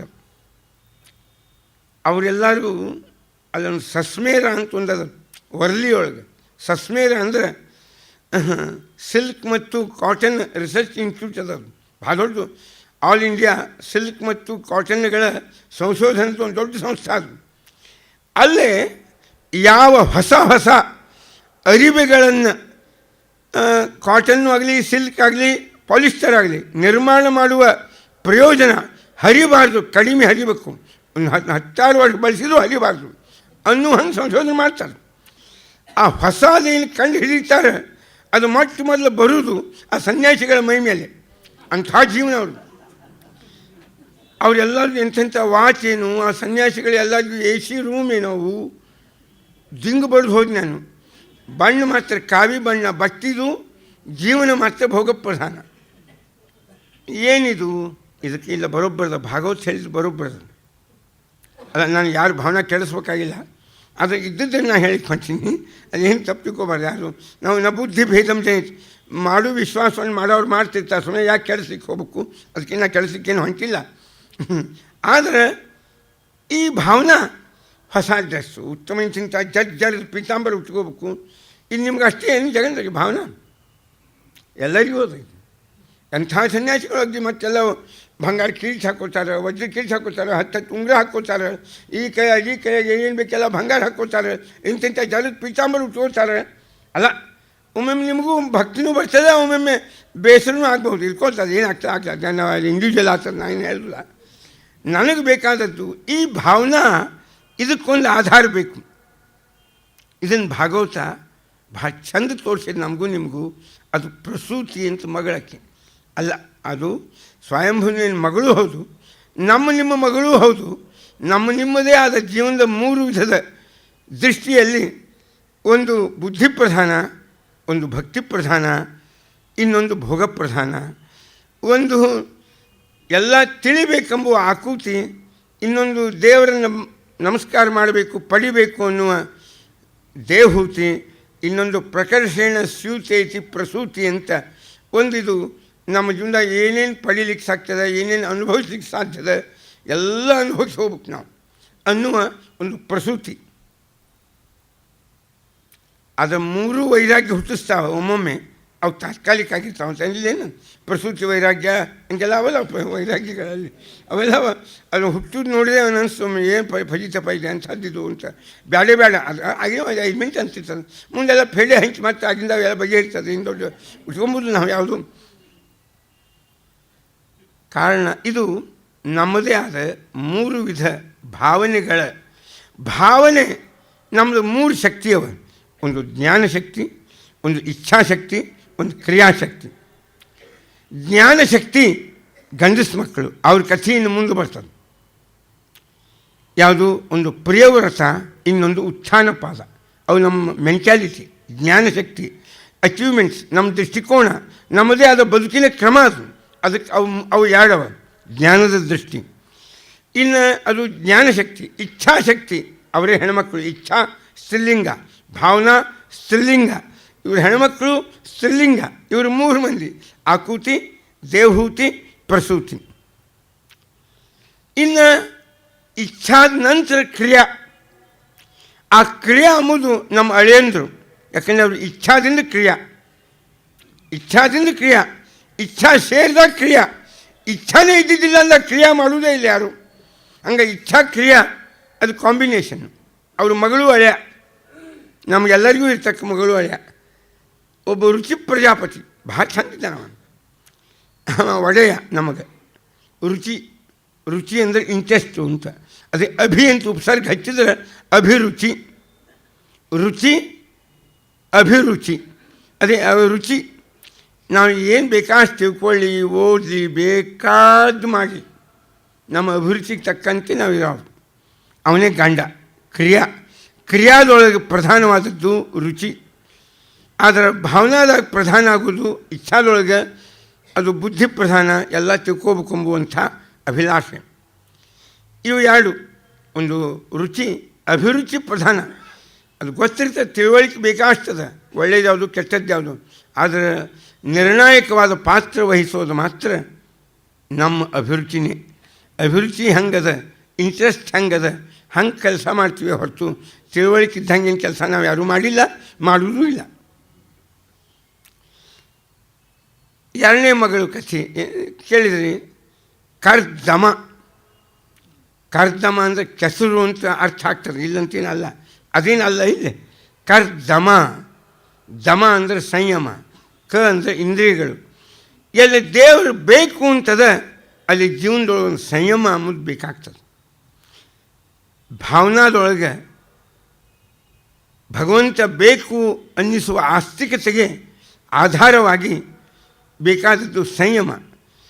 ಸಂಯಮವೆಂಬ ಕ್ರಿಯಾ, ಭಗವಂತನನ್ನು ಬಯಸುವ ಇಚ್ಛಾ, ಈ ಇಚ್ಛಾ ಈ ಕ್ರಿಯಾ ಕೂಡಿದರೆ ಅಲ್ಲಿ ಕಪಿಲ ಅಂತ ಪರಮಾತ್ಮ ದೊರಕ್ತಾನೆ. 9 ಭಾವನೆಗಳು ಬರ್ತಾವೆ, ಅವು ನಮ್ಮ ಹೆಣ್ಣು ಸಂತಾನ. ಆವಾಗ ಅವರು ಯಾರ್ಯಾರು ಎಂಬುವ ಕಥೆ. ಇನ್ನು 3ನೇ ಕಥೆ ಭಾಳ ಚಂದ ಬರ್ತದೆ. ಇದಕ್ಕೊಂದು ಸೈಕಾಲಜಿ, ಇದಕ್ಕೊಂದು ಇತಿಹಾಸ, ಇದಕ್ಕೆ ನಮ್ಮದು ನಿಮ್ಮದು ಏನವಲ್ಲ. ಆರ್ ಜಿ ಭಂಡಾರ್ಕರ್ ಹೇಳ್ದಂಗೆ ಇದು ಸಮಗ್ರ ಭಾರತವನ್ನು ನೋಡಿದರೆ 2 ದರ್ಶನಗಳ ಭೂಮಿಕೆಯ ಮೇಲೆ ನಾವು ವಿಭಾಗ ಮಾಡಿದಂತೆ ಕಾಣಿಸ್ತದೆ. ಬೆಳೆದದ ಈ ಜೀವನ ಭಾರತೀಯರು, ಒಂದು ಶೈವ, ಇನ್ನೊಂದು ವೈಷ್ಣವ ಅಂತ ಭಂಡಾರ್ಕರ್ ಹೇಳಿದ್ದು. ಆದರೆ ಹಾಗೇನಲ್ಲ, ಎಲ್ಲ ವೈಷ್ಣವರು ಶೈವರೇ, ಎಲ್ಲ ಶೈವರು ವೈಷ್ಣವರೇ. ಇದು ಭಾಗವತ ಸಂಪ್ರದಾಯ. ಇದು ಭಾಗವತದ್ದೇ ಆದ ಸಂಪ್ರದಾಯ. ಇದು ಶಿವನ ಕಥೆ, ಶಿವನ ಮಹಿಮಾ, ವೀರಭದ್ರನ ಜನ್ಮ, ಶಿವನ ಮಹತ್ವ ಈ ಭಾಗವತದಾಗ 12 ಸ್ಕಂದಗಳಲ್ಲಿ ಶಿವನ ಕಥೆ ಬರ್ತದೆ. 12 ಸ್ಕಂದಗಳಲ್ಲಿ ಅದು ಶಿವನ ಕಥೆ, ಅವನ ಅವತಾರಗಳ ಕಥೆ, ಅವನ ಸ್ವರೂಪದ ಕಥೆ, ಅವನ ಮಹಿಮೆಯ ಕಥೆ, ಅವನ ವ್ಯಕ್ತಿತ್ವದ ಕಥೆ, ಅವನ ನಿಲುವು, ಅವನ ತತ್ವಜ್ಞಾನ, ಅವನದ್ದೇ ಆದ ವೈಚಾರಿಕವಾದ ಸಿದ್ಧಾಂತಗಳು, ಇವೆಲ್ಲನೂ ಅದು ಇದರೊಳಗೆ. ಇಲ್ಲಿ ವಿಷ್ಣುವಿನ ಕಥೆನೂ ಅದನ್ನು ಯಾವುದೋ ಲುಡ್ವಿಗ್ ಇವೆಲ್ಲ ನಮ್ಮ ದೇಶದೊಳಗೆ ಈ ಮಹಾಭಾರತ ರಾಮಾಯಣಾದಿಗಳ ಮೇಲೆ ಈ ವಿದೇಶಿಯರು, ಈ ಲುಡ್ವಿಗ್, ಈ 8 ಮಂದಿ ಇದ್ದಾರೆ ಅವರು ಫಾರಿನರ್ಸ್, ಇವರೆಲ್ಲರೂ ಮಹಾಭಾರತದ ಮೇಲೆ ಬರೆದರು. ಶೈವಿ ಧರ್ಮ ಮತ್ತು ವೈಷ್ಣವಿ ಧರ್ಮ ಜಗಳ, ಇದಕ್ಕೆ ರಾಮಾಯಣ ಮಹಾಭಾರತ ಅಂತಾರ ಅಂತ. ಪಾಪ ಅದ್ರ ಪ್ರಭಾವ ಬೀರ್ತು ಯಾರು, ವಿ ರಾಮಸ್ವಾಮಿ ನಾಯ್ಕರು, ಆಮೇಲೆ ಮತ್ತು ಅಣ್ಣಾ ದೊರೆ, MGR, ಹಿಂಗೆಲ್ಲ ಇವರಿಗೆಲ್ಲ ಅದೇ ಪ್ರಭಾವನೆ, ಅದೇ ಪರಿಣಾಮ ಇದೆಲ್ಲ. ಅವರು ಬರೆದದ್ದು ರಾವಣ ಅವ ಶೈವ ಸಂಸ್ಕೃತಿಯ ಪುರಸ್ಕರ್ತ, ರಾಮ ಆರ್ಯ ಸಂಸ್ಕೃತಿ ಅದರ ಪುರಸ್ಕರ್ತ.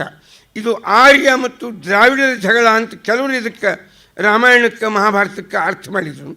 ಕೆಲವೊಂದು ಇಲ್ಲ, ಇದು ಶೈವಿಧಮ್ ವೈಷ್ಣವಿಧಮ್ ಜಗಳ ಅಂದರು. ಅವ್ರು ಹಿಂಗೆ ಅಂದರು, ನಾವು ನಂಬಿಕೊಂಡು ಜಗಳಾಡ್ಕೋತ ಕೂತೀವಿ. ಇದು ನಮ್ಮ ಹಣೆ ಬರೆ ಅಂತ ನೋಡ್ರಿ. ನಮ್ಮದು ಏನು ಅದ ಎಂಬುದನ್ನು ನಾವು ತಿಳಿಲಾರದೆ ನಾವು ಆಡಿದ ಜಗಳ ಇದು.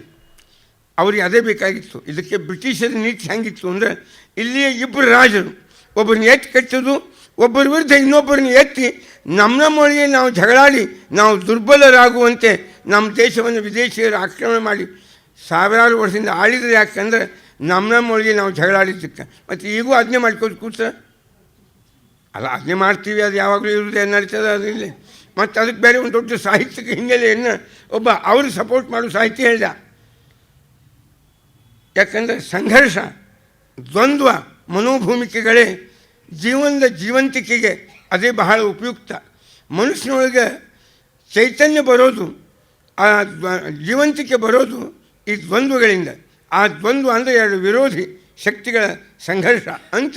ಇದಕ್ಕೆ ದೊಡ್ಡ ಸೈಕಾಲಜಿಕಲ್ ಪರಿಭಾಷೆ ಕೊಟ್ಟು ಒಬ್ಬರು ಹೆಸರು ಹೇಳೋದಿಲ್ಲ, ಸುಮ್ಮನೆ ಇರಲಿ, ಹಿಂಗೆ ಯಾರೋ ಅಂದರು ಅಂತ ನಾವು ನಂಬತಕ್ಕದ್ದಲ್ಲ. ಈ ಹಿನ್ನೆಲೆಯೊಳಗೆ ಇವು ಯಾವುವೂ ಅಲ್ಲ, ಶುದ್ಧ ಸುಳ್ಳು. ಇದಕ್ಕೆ ರೂಪಕ ಅಂದರು. ಸೂರ್ಯ, ಧೃತರಾಷ್ಟ್ರ ಅಂದರೆ ಯಾರು ಅಂದರೆ ಮೋಡಗಳಿಂದ ಮುಚ್ಚಿದ ಸೂರ್ಯ ಅಂತ ಅನ್ನೋದು. ಹಿಂಗೇನೇನೇನೋ. ಪಾಂಡು ಅಂದರೆ ಮೋಡಗಳಿಂದ ದೂರ ಸರಿದಿರ್ತಕ್ಕಂಥ ಒಂದು ದೊಡ್ಡ ಬೆಳಕಿನ ಪುಂಜ ಅನ್ನೋದು. ಹೀಗೆಲ್ಲ ರೂಪಕದ ಅಂತ ಹಿಂಗೆ ಯಾರು ಅರ್ಥ ಮಾಡಿದರು. ಅವ್ಯಾವು ಅಲ್ಲ. ನಾವು ಇಲ್ಲಿ ತಿಳಿಬೇಕಾದದ್ದು, ನಮ್ಮ ಇಬ್ಬರು ಗಂಡಸು ಮಕ್ಕಳು ನಮ್ಮದೇ ಆಗಿರ್ತಕ್ಕ ಜ್ಞಾನಶಕ್ತಿ, ಅದರ ಪರಿಣಾಮದ ಸಂಕೇತ. ಮತ್ತು ಇಬ್ಬರು ಹೆಣ್ಮಕ್ಕಳು, ಇನ್ನು ಅದರೊಳಗೆ 9 ಭಾವನಾ. ಅವು ಯಾರ್ಯಾರು? ಯಯಾವೃಕ್ಷೇ ಕುಲಾದ್ರಿಂ ತಪಸ್ಸಿ ಸ್ಥಿತ, ಯಾರ್ಯಾರನ್ನು ಯಾರ್ಯಾರಿಗೆ ಕೊಟ್ಟರು ಎಂಬುದನ್ನು ನಿರೂಪಣೆ ಮಾಡಿಕೊಡ್ತಾ ಇದ್ದಾರೆ. ಅದರೊಳಗೆ ಪತ್ನಿ ಮರೀಚಿಯಸ್ತು ಕಲಾ, ಮರೀಚಿ ಋಷಿಗಳಿಗೆ ಕಲಾ ಎಂಬುವ ಹೆಂಡತಿ. ಅಲ್ಲೇ ಮತ್ತು ಕಲಾ ಸುಷುವೆ ಕರ್ದಮಾತ್ಮಜ. ಕಶ್ಯಪ ಆ ಕಲೆಯ ಮಗ, ಅಂದರೆ ಮರೀಚಿ ಋಷಿಗಳ ಮಗ ಕಶ್ಯಪರು. ಬ್ರಹ್ಮದೇವರ ಮಕ್ಕಳು ಮರೀಚಿ, ಮರೀಚಿಯ ಹೆಂಡತಿ ಕಲಾ, ಕಪಿಲನ ಅಕ್ಕ, ಕಪಿಲನ ಪರಮಾತ್ಮನ ಅಕ್ಕ. ಅಲ್ಲಿ ಹುಟ್ಟಿದವರು ಕಶ್ಯಪರು. ಆ ಕಶ್ಯಪರ ವಂಶ ಈ ಜಗತ್ತು. ಆಮೇಲೆ ಅತ್ರೇಯ ಪತ್ನಿ ಅನಸೂಯ, ಶ್ರೀಂಜಜ್ಞೆ ದತ್ತಾತ್ರೇಯ. ಜಯಚಾಮರಾಜ ಒಡೆಯರು ಒಂದು ಪುಸ್ತಕ ಬಂದದ ಅವ್ರ ಹೆಸರಲ್ಲಿ ದೊಡ್ಡದು, ದತ್ತಾತ್ರೇಯ ಉಪಾಸನಾ ಪದ್ಧತಿ ಅಂತ ಭಾಳ ದೊಡ್ಡದು. ಸಹಸ್ರಾರ್ಜುನ ಅಂತ ದೊಡ್ಡ ವ್ಯಕ್ತಿಯಾಗಿ ಹೋದ. ಅವನು ಏನು ಉಪಾಸನಾ ಮಾಡ್ತಿದ್ದ? ದತ್ತಾತ್ರೇಯನ ಉಪಾಸನಾ ಮಾಡ್ತಿದ್ದ. ದತ್ತಾತ್ರೇಯ ಮಹಾರಾಷ್ಟ್ರದೊಳಗೆ ಭಾಳ ದತ್ತಾತ್ರೇಯ ಉಪಾಸನಾ, ಅದು ಇಡೀ ಭಾರತದ ಸಿದ್ಧಾಂತದ ಮೂಲ. ಇದೆಲ್ಲ ಭಾಗವತದ ಸಿದ್ಧಾಂತ. ಇದು ಒಂದು ಅರ್ಥದೊಳಗೆ ನನಗೆ ನಮ್ಮ ಹಳೆ ನರಸೀಪುರದೊಳಗೆ ಹಿಂದಕ್ಕೆ ಸಚ್ಚಿದಾನಂದ ಸ್ವಾಮಿಗಳು ಅಂತಿದ್ದರು. ಅವ್ರದ್ದೊಂದು ಪುಸ್ತಕದ ಭಾಗವತ ಸಂಪ್ರದಾಯ ಅಂತ. ಶಂಕರಾಚಾರ್ಯ ಆಗಲಿ, ರಾಮಾನುಜಾಚಾರ್ಯ ಆಗಲಿ, ಮಧ್ವಾಚಾರ್ಯ ಆಗಲಿ, ವಲ್ಲಭಾಚಾರ್ಯ ಆಗಲಿ, ಎಲ್ಲರದು ವಿಚಾರ ಒಂದೇ ಅದ. ಎಲ್ಲರೂ ಉಪಾಸನಾ ಮಾರ್ಗದೊಳಗೆ ಎಲ್ಲರೂ ಭಾಗವತ ಸಂಪ್ರದಾಯದವರೇ ಹೊರತು ಮತ್ತಾರು ಅಲ್ಲ ಅಂತ ಭಾಳ ಚಂದದ ಪುಸ್ತಕ. ಅದು ಬೇಕಾದಷ್ಟು ಎಡಿಷನ್ ಆಗಿರ್ಬೇಕು, ಈಗ ನೀವು ನೋಡ್ಬೋದು ಅದನ್ನು. ಅಂದರೆ ಇದು ಭಾಗವತ ಸಂಪ್ರದಾಯ, ಈ ಭಾಗವತದಿಂದ ಬಂದ ಸಂಪ್ರದಾಯ ಅನ್ನುವ ಹಿನ್ನೆಲೆಯೊಳಗೂ ಆಯಿತು. ಈ ಸಂಪ್ರದಾಯದೊಳಗೆ ದತ್ತಾತ್ರೇಯ, ಬ್ರಹ್ಮ ವಿಷ್ಣು ಮಹೇಶ್ವರರು ಹುಟ್ಟಿದ್ದು ಅನಸೂಯಾಳಲ್ಲಿ ಅತ್ರಿ ಋಷಿಗಳಿಂದ. ಅದಕ್ಕೆ ಸಹಪತ್ನ್ಯ ಯಯಾವೃಕ್ಷಂ ಕುಲಾದ್ರಿಂ ತಪಸಿ ಸ್ಥಿತ, ಅದೇ ದತ್ತಾತ್ರೇಯ ದತ್ತಾತ್ರೇಯ ಅಂತ. ಅತ್ರಿ ಋಷಿಗಳಿಗೆ ದೇವರು ತನ್ನನ್ನೇ ದತ್ತ ಕೊಟ್ಟ, ಅದಕ್ಕೆ ದತ್ತಾತ್ರೇಯ ಅಂತಾರೆ. ಅತ್ರಿ ಋಷಿಗಳಿಗೆ ದೇವರು ತನ್ನನ್ನೇ ಕೊಟ್ಟ, ಆದ್ದರಿಂದ ದತ್ತಾತ್ರೇಯ ದತ್ತಾತ್ರೇಯ ಅಂತ ಅವ್ರ ಹೆಸರು. ಇಲ್ಲೇ ಚಂದ್ರ ದುರ್ವಾಸ ದತ್ತಾತ್ರೇಯ. ದತ್ತಾತ್ರೇಯ ವಿಷ್ಣು, ದುರ್ವಾಸರು ಸಾಕ್ಷಾತ್ ಶಂಕರನ ಅವತಾರ. ಆಮೇಲೆ ಸೋಮ ಬ್ರಹ್ಮನಿಗೆ ಅವತಾರ ಇಲ್ಲ, ಅದಕ್ಕೆ ಅವರು ಚಂದ್ರನಲ್ಲಿ ಪ್ರವೇಶವನ್ನು ಮಾಡಿ ಅವರು ಈ ಕಾರ್ಯವನ್ನು ಮುಂದುವರಿಸಿದರು ಅಂತ.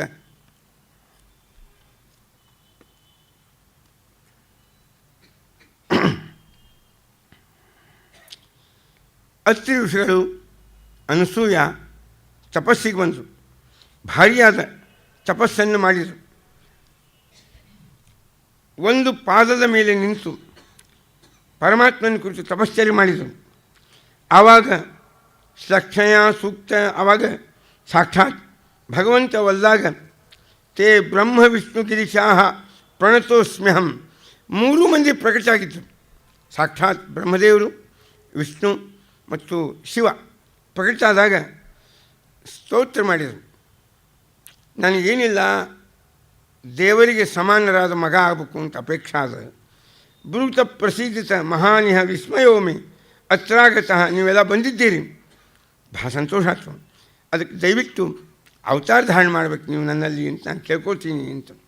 ಹಾಗೆ ಆಗಲಿ ಅಂಥೇಳಿ 3 ಮಂದಿ ಸೋಮೋಭೂತ್ ಬ್ರಹ್ಮಣೋ ಅಂಶೇನ, ಚಂದ್ರ ಅಲ್ಲಿ ಬ್ರಹ್ಮದೇವರು ಪ್ರವೇಶ ಮಾಡಿದರು. ದತ್ತೋ ವಿಷ್ಣೋಸ್ತು ಯೋಗವಿತ, ದತ್ತ ಅದು ವಿಷ್ಣುವಿನ ಅವತಾರ. ದುರ್ವಾಸಃ, ಅದಕ್ಕೆ ದತ್ತಾತ್ರೇಯ ಉಪಾಸನ ಅಂದರೆ ಅದು ಶೈವರೇ ಮಾಡಬೇಕು, ಹಿಂಗೆ ಯಾರು ತಪ್ಪು ತಿಳ್ಕೋಬಾರ್ದು. ಮಹಾರಾಷ್ಟ್ರದೊಳಗೆ ದತ್ತಾತ್ರೇಯ ಉಪಾಸನ ಅದ, ನಮ್ಮಲ್ಲಿಯೂ ದತ್ತಾತ್ರೇಯ. ಇಲ್ಲಿ ಒಂದು ಚಿಕ್ಕಮಗಳೂರು ಮತ್ತು ಗೊತ್ತಲ್ಲ ನಿಮಗೆ, ಸ್ವಲ್ಪ ಬಾಬಾ ಬುಡನ್ಗಿರಿ ಅಂತ ಹೆಸರಿಟ್ಟು ಪರಿವರ್ತನೆ ಮಾಡಿದ್ದು, ಅದು ದತ್ತಾತ್ರೇಯ ಪರಮಾತ್ಮನ ಸಾಕ್ಷಾತ್ ಅವತಾರ.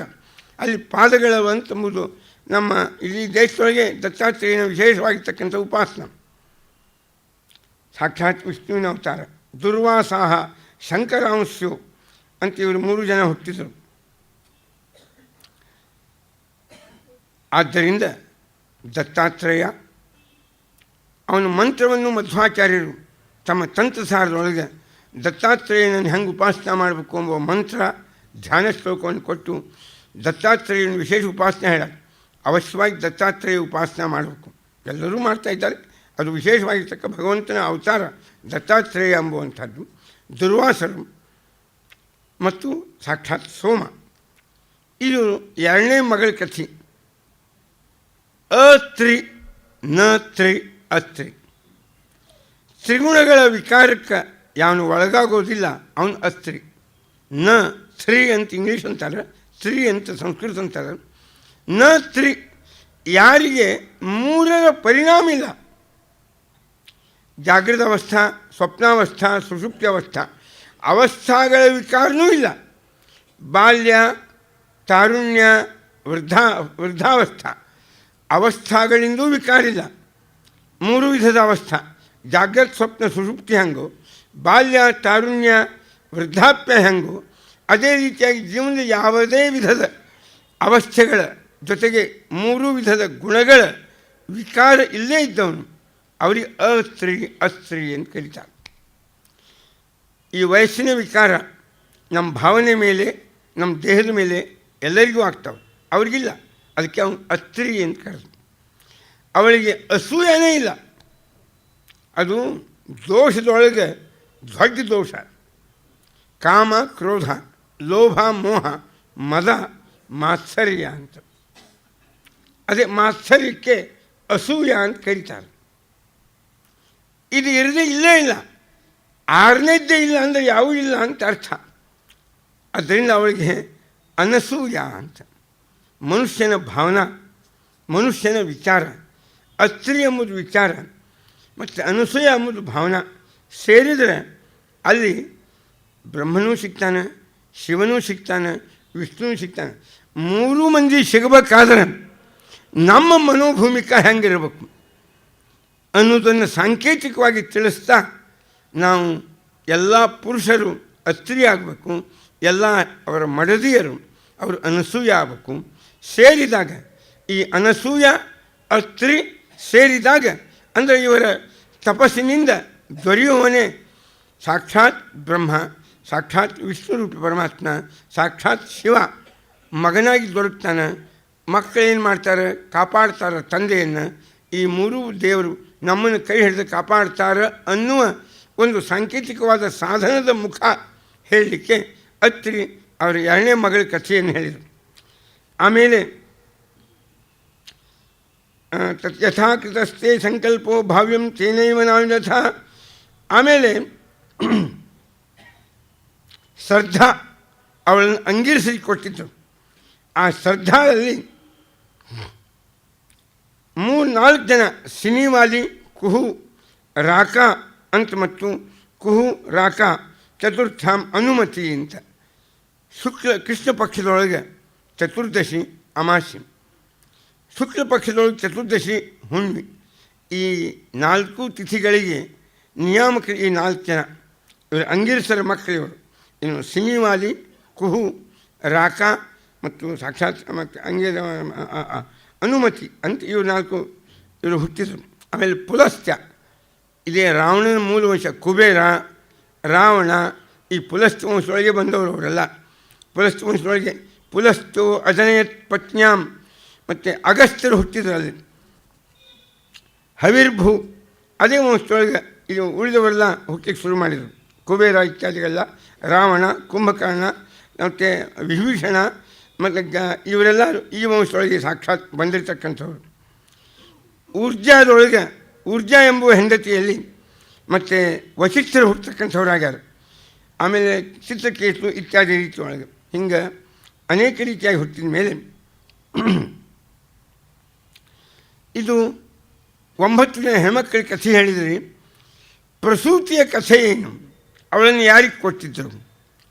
ಪ್ರಸೂತಿ ಇವಳನ್ನು ದಕ್ಷ ಪ್ರಜಾಪತಿಗಳಿಗೆ ಕೊಟ್ಟಿದ್ದರು. ಇದರ ಸಾಂಕೇತಿಕ ಅರ್ಥ ಪ್ರಸೂತಿ ಪ್ರಕರ್ಷೇಣ ಸ್ಯೂತೆ ಇತಿ ಪ್ರಸೂತಿ. ಯಾವುದನ್ನು ಪಡೆಯುವುದರಲ್ಲಿ ಮನುಷ್ಯನಿಗೆ ವಿಶೇಷವಾದ ಆನಂದ ಇರ್ತದೆ ಅದು ಪ್ರಸೂತಿ ಅಂತಂದು ಯೌಗಿಕ ಅರ್ಥ. ಅದು ವ್ಯಕ್ತಿವಾಚಕ ಅಲ್ಲ. ಅವಳನ್ನು ದಕ್ಷ ಪ್ರಜಾಪತಿ ಅವೆರಡು ಬಹಳ ಚಂದದ ಕಾಂಬಿನೇಷನ್. ಅವನು ದಕ್ಷ ಏಬಲ್, ಎದರೊಳಗೆ ಪ್ರಜಾಪತಿ. ಪ್ರಕೃಷ್ಟ ಜಾಯತೆ ಯಸ್ಮಾತ್, ಯಾವುದರಿಂದ 4 ಜನರಲ್ಲಿ ತನ್ನ ಸ್ಥಾನ ಹೆಸರು ಅದು ಹೆಚ್ಚಾಗಬೇಕು. ಪ್ರಕೃಷ್ಟ ಜಾಯತೆ ಯಸ್ಮಾತ್, ನಾವು ಏನು ಮಾಡಿದರೆ 4 ಮಂದಿಯೊಳಗೆ ಸ್ವಲ್ಪ ಶ್ರೇಷ್ಠ ಅಂತ ಅನಿಸ್ಕೋತೀವಿ.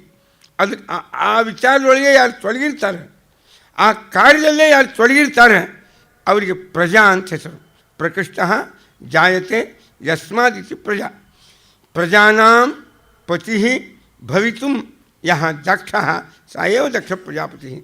4 ಮಂದಿಯೊಳಗೆ 4 ಮಂದಿ ಶ್ರೇಷ್ಠರಿದ್ದಾರೆ, ಅವರೊಳಗೆ ನಾವು ಸ್ವಲ್ಪ ಅವ್ರಿಗಿಂತ ಒಂಚೂರು ಶ್ರೇಷ್ಠ ಆಗಬೇಕು ಅನ್ನುವ ವಿಷಯದೊಳಗೆ ಯಾವಾಗಲೂ ಯಾರು ತೊಡಗಿರ್ತಾರೆ ಯಾವಾಗಲೂ ಅವ್ರಿಗೆ ದಕ್ಷ ಪ್ರಜಾಪತಿ ಅಂತ ಹೆಸರು. ಇದು ಒಂದು ಮುಖ.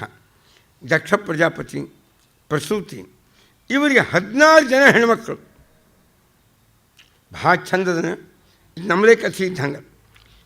ಅದರೊಳಗೆ ಪ್ರಸೂತಿ ಮಾನವೀಂ ದಕ್ಷ ಉಪಯೇಮೆ ಅಜಾತ್ಮಜ. 16 ಜನ ಹೆಣ್ಮಕ್ಕಳು. 13 ಜನರನ್ನು ಧರ್ಮನಿಗೆ ಮದುವೆ ಮಾಡಿಕೊಟ್ರು.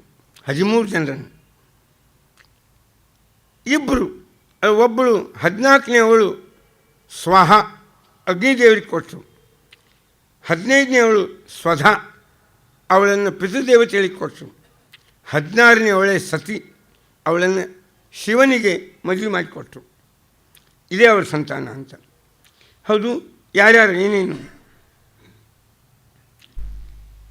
ಶ್ರದ್ಧಾ, ಮೈತ್ರಿ, ದಯಾ, ಶಾಂತಿ, ತುಷ್ಟಿ, ಪುಷ್ಟಿ, ಕ್ರಿಯಾ, ಉನ್ನತಿ, ಬುದ್ಧಿ, ಮೇಧಾ, ತಿತಿಕ್ಷಾ, ಹರಿ, ಧರ್ಮಸ್ಯ ಪತ್ನೆಯ. ಧರ್ಮನಿಗೆ 13 ಜನರನ್ನು ಕೊಟ್ಟಿದ್ದರು.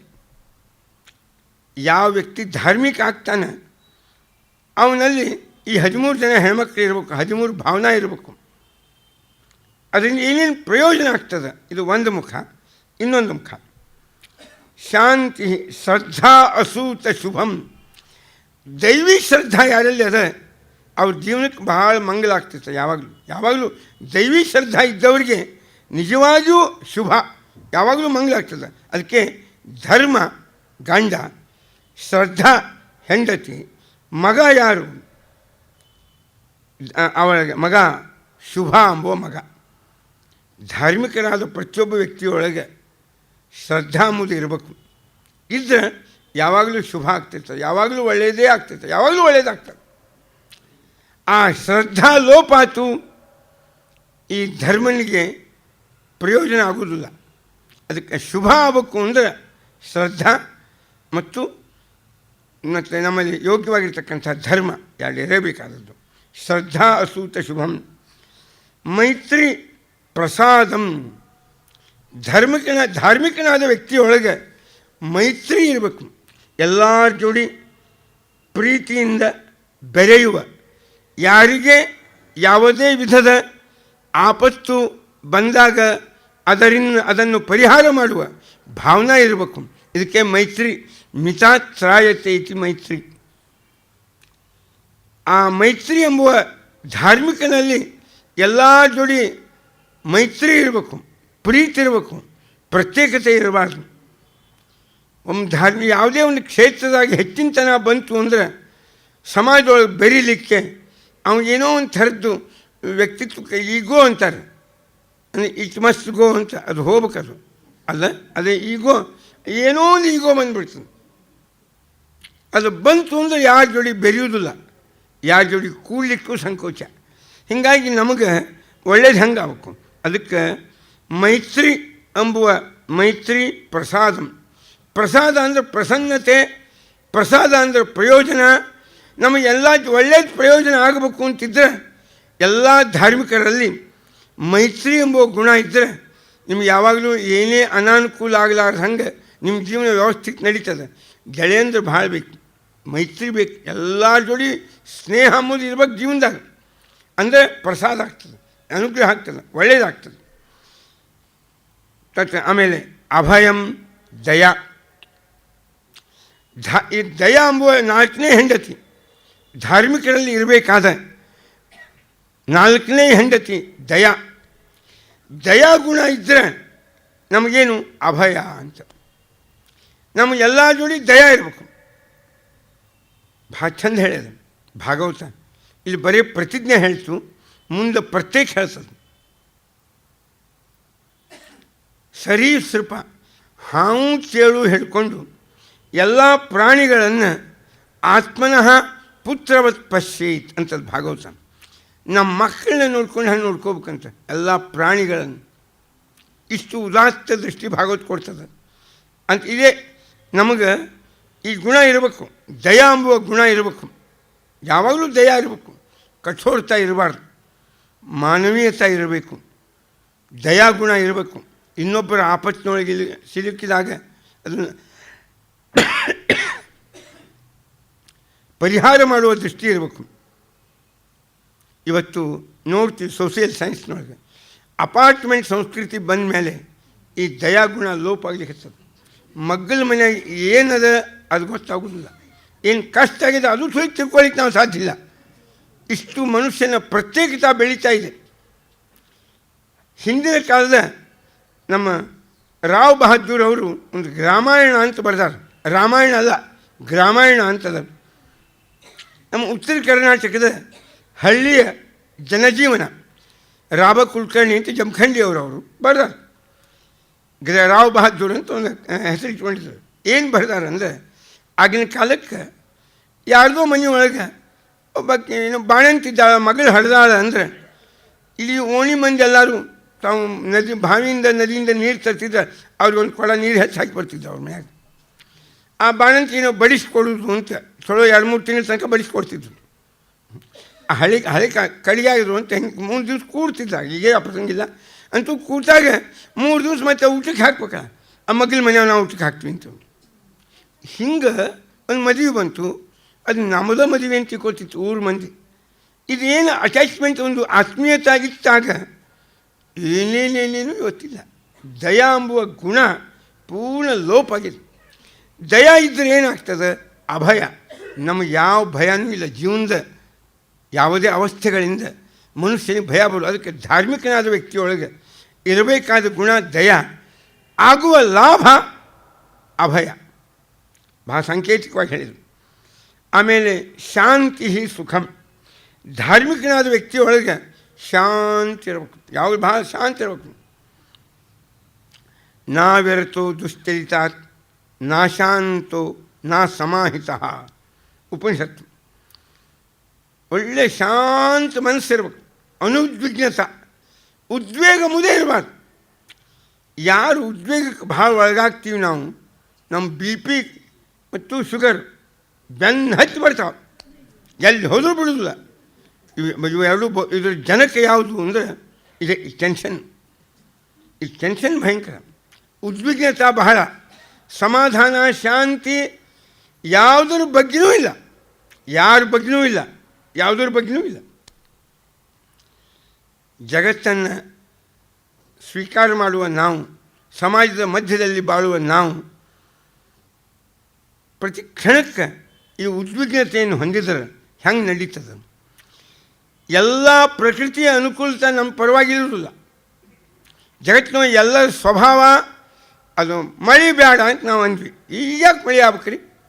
ಈಗ ಅದೇ ಮಳೆ ನಿಮ್ಮ ಕೈಯಾಗದ ಏನದು?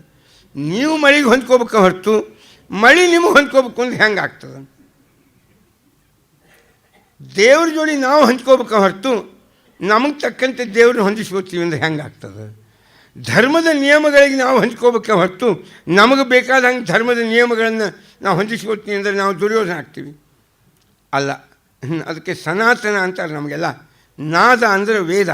ವೇದೇನ ಸಹಿತ ನಾದೇನ ಸಹಿತ ಸನಾದ. ಸನಾದ ಏವ ಸನಾತನ. ಉಪನಿಷತ್ತು ವಾಚಿ ವೇದಗಳ ಮಾತಿನಿಂದ ಬದ್ಧಾ. ನಾವು ಪಶುಗಳು, ನಮ್ಮನ್ನು ಕಟ್ಟಾರಂತೆ ಎಲ್ಲ ಮುಗುದಾಣ ಹಾಕಿ. ಯಾವುದು? ಆ ವೇದವೆಂಬುವಂತಹ ಇಲ್ಲಿ ಜಗತ್ತಿನ ಮೂಲಭೂತವಾದ ಸಂವಿಧಾನದ ನಿಯಮಗಳಿಂದ ನಮ್ಮನ್ನು ಕಟ್ಟಿ ಹಾಕ್ಯಾರ. ಆ ನಿಯಮಗಳಿಗೆ ತಕ್ಕಂತೆ ನಾವಿರಬೇಕು. ಲೆಫ್ಟ್ಗೋ ರೈಟ್ಗೋ, ಹಸಿರು ಸಿಗ್ನಲ್ಲು ಕೆಂಪು ಸಿಗ್ನಲ್ಲು, ಅವಕ್ಕೆ ತಕ್ಕಂತೆ ನಾವು ವರ್ತನೆ ಮಾಡಬೇಕು. ನಮಗೆ ತಕ್ಕಂತೆ ಅದು ವರ್ತನೆ ಮಾಡಬೇಕು ಅಂತ ಹೆಂಗೆ ಆಗ್ತದೆ? ನಮ್ಗೆ ಹೋಗ್ಬೇಕಾಗಿದೆ ಅಂತ ತಿಳ್ಕೊಂಡು ಹೇಳಿ ಅಲ್ಲಿ ಹಸಿರು ಸಿಗ್ನಲ್ ಇರಲಿ ಯಾವಾಗಲೂ ಅಂತ ನಾವು ಅಲ್ಲಿಗೆ ಬರ್ತೀವಿ ಅಲ್ಲ. ಇದು ಅದಕ್ಕೆ ಯಾವಾಗಲೂ ಕೂಡ ಮತ್ತು ಶಾಂತಿ, ಶಾಂತರಾಗಿ ಎಲ್ಲನೂ ಸ್ವೀಕಾರ ಮಾಡ್ಬೇಕು ನಾವು.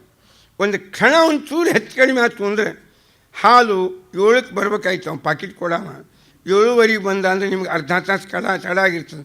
ಬಿಸಿ ನೀರಿಗೆ ತೊಂದರೆ ಆಗ್ತದೆ. ಬಂದ ಮೇಲೆ ಒದಾಡ್ತೀವಿ. ಯಾಕೆ ಸುಮ್ಮನೆ 7:15 ಕೊಟ್ಟ ಹಂಗೆ ಆಗಲಿ. ಅದು ಅನಿವಾರ್ಯ ಅದ ಪರಿಸ್ಥಿತಿ. ನೀವು ಅಗದಿ ಪ್ರಾಂಪ್ಟ್ ಇದ್ದೀರಿ, ಟೈಮ್ ಟು ಟೈಮ್ ಆಗಬೇಕು, ಎಲ್ಲ ಖರೆ ಅದ. ಅದಕ್ಕೆ ನಿಮಗೆ ತಕ್ಕಂತೆ ಜಗತ್ತು ಕುಣಿಲಿಕ್ಕೆ ಸಾಧ್ಯ ಇಲ್ಲ. ಜಗತ್ತಿಗೆ ತಕ್ಕಂತೆ ನಾವು ಹಂಚ್ಕೋಬೇಕು ಹೊರತು ನಮಗೆ ತಕ್ಕಂತೆ ಜಗತ್ತು ಇರಬೇಕು ಹೆಂಗಾಗ್ತದೆ? ಹೆಂಗೆ ಸಾಧ್ಯತೆ? ನಮ್ಮ ಮನಸ್ಸು ನಮ್ಮ ಕೈಯಾಗಿಲ್ಲ. ನಮ್ಮ ಹಾರ್ಟದ ಪ್ರವೃತ್ತಿ ಹೇಳಿಲ್ಲ ನಮ್ಮ ಕೈಯಾಗಿಲ್ಲ. ನಮ್ಮ ಪಚನ ಪ್ರವೃತ್ತಿ ನಮ್ಮ ಕೈಯಾಗಿಲ್ಲ. ಇವೆಲ್ಲ ಯಾವಾಗ ಏನಾಗ್ತವೆ ಯಾವೂ ಹೇಳಿಕ್ಕೆ ಬರೋದಿಲ್ಲ. ಆದ್ದರಿಂದ ನಾವು ಯಾವಾಗಲೂ ಶಾಂತಾಗೇ ಇರಬೇಕದು. ಈ ಶಾಂತಿ, ಧಾರ್ಮಿಕನಲ್ಲಿ ಶಾಂತಿ ಇದ್ದರೆ ಶಾಂತಿ ಸುಖಂ ಎಂಬುವ ಮಗ ಹುಡ್ತಾನೆ. ಸುಖಂ, ಒಳ್ಳೆಯ ಸುಖ ಆಗ್ತಾನೆ. ಸುಖ ಶುಭಂ. ಆಮೇಲೆ ಮುದಂ ತುಷ್ಟಿ. ತುಷ್ಟಿ ಎಂಬುವ ಹೆಂಡತಿಯಲ್ಲಿ ಮುದ, ಸಂತೋಷವೆಂಬುವಂತಹ ಮಗ ಆಗ್ತಾನೆ. ತೃಪ್ತಿ ಇರಬೇಕು. ದೇವರು ಕೊಟ್ಟಿದ್ದೋಳು ತೃಪ್ತಿಯಾಗಿರ್ಬೇಕು. ಏನು ಕೊಟ್ಟಾನ ಭಗವಂತ ನಮಗೆ ಅದರೊಳಗೆ ಆನಂದದಿಂದ ಇರಬೇಕು. ತುಷ್ಟಿ ಸ್ಮಯಂ ಪುಷ್ಟಿ ಅಸೂಯತ. ಪುಷ್ಟಿ ಅದರೊಳಗೆ ಸ್ಮಯ ಸಂಕೋಚ ಎಂಬ ಒಬ್ಬ ಮಗ ಹುಟ್ಟಿದ, ಶ್ರೇಷ್ಠ ಅಂತಾನು. ಕ್ರಿಯಾ ಎಂಬ ಹೆಂಡತಿಯಲ್ಲಿ ಯೋಗ ಅಂತ ಮಗ ಹುಟ್ಟಿದ, ಭಾಳ ಚಂದದ. ಕ್ರಿಯಾಶೀಲತೆ ಇರಬೇಕು ಅಂದರೆ ಏನಾದ್ರು ಉಪಾಯ ಹೊಳಿತಾವ, ಏನಾದರೂ ಉಪಾಯ. ಯೋಗ ಅಂದರೆ ಉಪಾಯ, ಯೋಗ ಎಂಬ ಶಬ್ದಕ್ಕೆ ಉಪಾಯ. ಎಂಥ ಉಪಾಯ ಅಂದರೆ ಅಪ್ರಾಪ್ತಸ್ಯ ಪ್ರಾಪ್ತಿ ಯೋಗ. ನಾವು ಪಡೆಯದೇ ಇದ್ದದ್ದನ್ನು ಪಡೆಯುವ ಉಪಾಯಕ್ಕೆ ಯೋಗವೆಂದು ಕರೆಯುತ್ತಾರೆ. ಈ ಯೋಗದ ಫಲಿತಾಂಶವೂ ಅಷ್ಟೇ. ಈ ಯೋಗ ಎಂಬುವ ಮಗ ಯಾವಾಗ ಹುಡ್ತಾನೆ ಅಂದರೆ ಕ್ರಿಯಾ ಇರಬೇಕು, ಆ್ಯಕ್ಟಿವ್ನೆಸ್ ಇರಬೇಕು. ಯಾವಾಗಲೂ ಮನುಷ್ಯ ಏನಾದರೂ ಕ್ರಿಯಾದೊಳಗೆ ತೊಡಗಿರಬೇಕು. ಕುರುವನ್ನೇವೇ ಕರ್ಮಾಣಿ. ಕ್ರಿಯಾಶೀಲತೆ ಯಾರಿಗದ ಒಂದಲ್ಲ ಒಂದು ಉಪಾಯ ಅವರ ಜೀವನದ ಅಭಿವೃದ್ಧಿಗೆ ಕಾರಣವಾಗುವುದು ಹೊಳಿತಾವೆ. ಅದಕ್ಕೆ ಧಾರ್ಮಿಕನಲ್ಲಿ ಕ್ರಿಯಾಶೀಲತೆ ಇರಬೇಕು. ಧಾರ್ಮಿಕ ಅಂದರೆ ಬರೇ ಮೂಗು ಹಿಡ್ಕೊಂಡು ಉದಾಸೀನ ಆಗಿ ಕೂತರೆ ಇದು ಧಾರ್ಮಿಕತೆ ಅಲ್ಲ, ಇದು ಧರ್ಮವೇ ಅಲ್ಲ. ಸ್ವವಿಹಿತ ವೃತ್ತಿ ಭಗವದ್ಭಕ್ತಿ ಮಿಲಿತೆಯೋರೇವ, ಇವೆರಡೂ ಸೇರಿದರೆ ಭಕ್ತಿ. ಟೀಕಾರಾಯರ ಮಾತಿದು. ಸ್ವವಿಹಿತ ವೃತ್ತ್ಯಾ ಭಕ್ತ್ಯಾ ಭಗವದಾರಾಧನಮೇವ ಧರ್ಮ. ಕೇವಲ ಭಗವದಾರಾಧನಾ ಧರ್ಮ ಅಲ್ಲ. ದೇವರು ಬಂದು ಮುಂಜಾನೆ ಸಂತಾನೆ ಗುಡಿಯಾಗ ಹೋಗಿ ಕೂತು ನಾ ಗಂಟೆ ಬಾರಿಸ್ತೀನಿ, ಇದು ನಮ್ಮ ಧರ್ಮ ಏನು ಅಂದರೆ ಅಲ್ಲ. ಅಂದರೆ ಅದು ಒಂದು ವೃತ್ತಿಯಾಗಿರ್ಬೋದು, ಅದು ಗಂಟೆ ಬಡಿ ತಪ್ಪೇನಲ್ಲ. ಅಲ್ಲ, 5,000 ರೂಪಾಯಿ ಪಗಾರ ಕೊಡ್ತಾರೆ, ಗಂಟೆ ಬಡಿ ಎಂದಾರೆ ಅಂದರೆ ಮುಂಜಾನೆ ಸಂಜೆ ಗಂಟೆ ಬಡಿದೆ ಎಂದಲ್ಲ. ಅದು ನಮ್ಮ ವಿಹಿತವಾದ ಹೆಣ್ಣು ಮಕ್ಕಳು ಪರಿವಾರದ, ತಂದೆ ತಾಯಿ ಪರಿವಾರದ ಸಂಪಾದನೆ ಮಾಡಬೇಕು. ನನಗೊಂದು ವೃತ್ತಿ ಬೇಕೇ ಬೇಕು.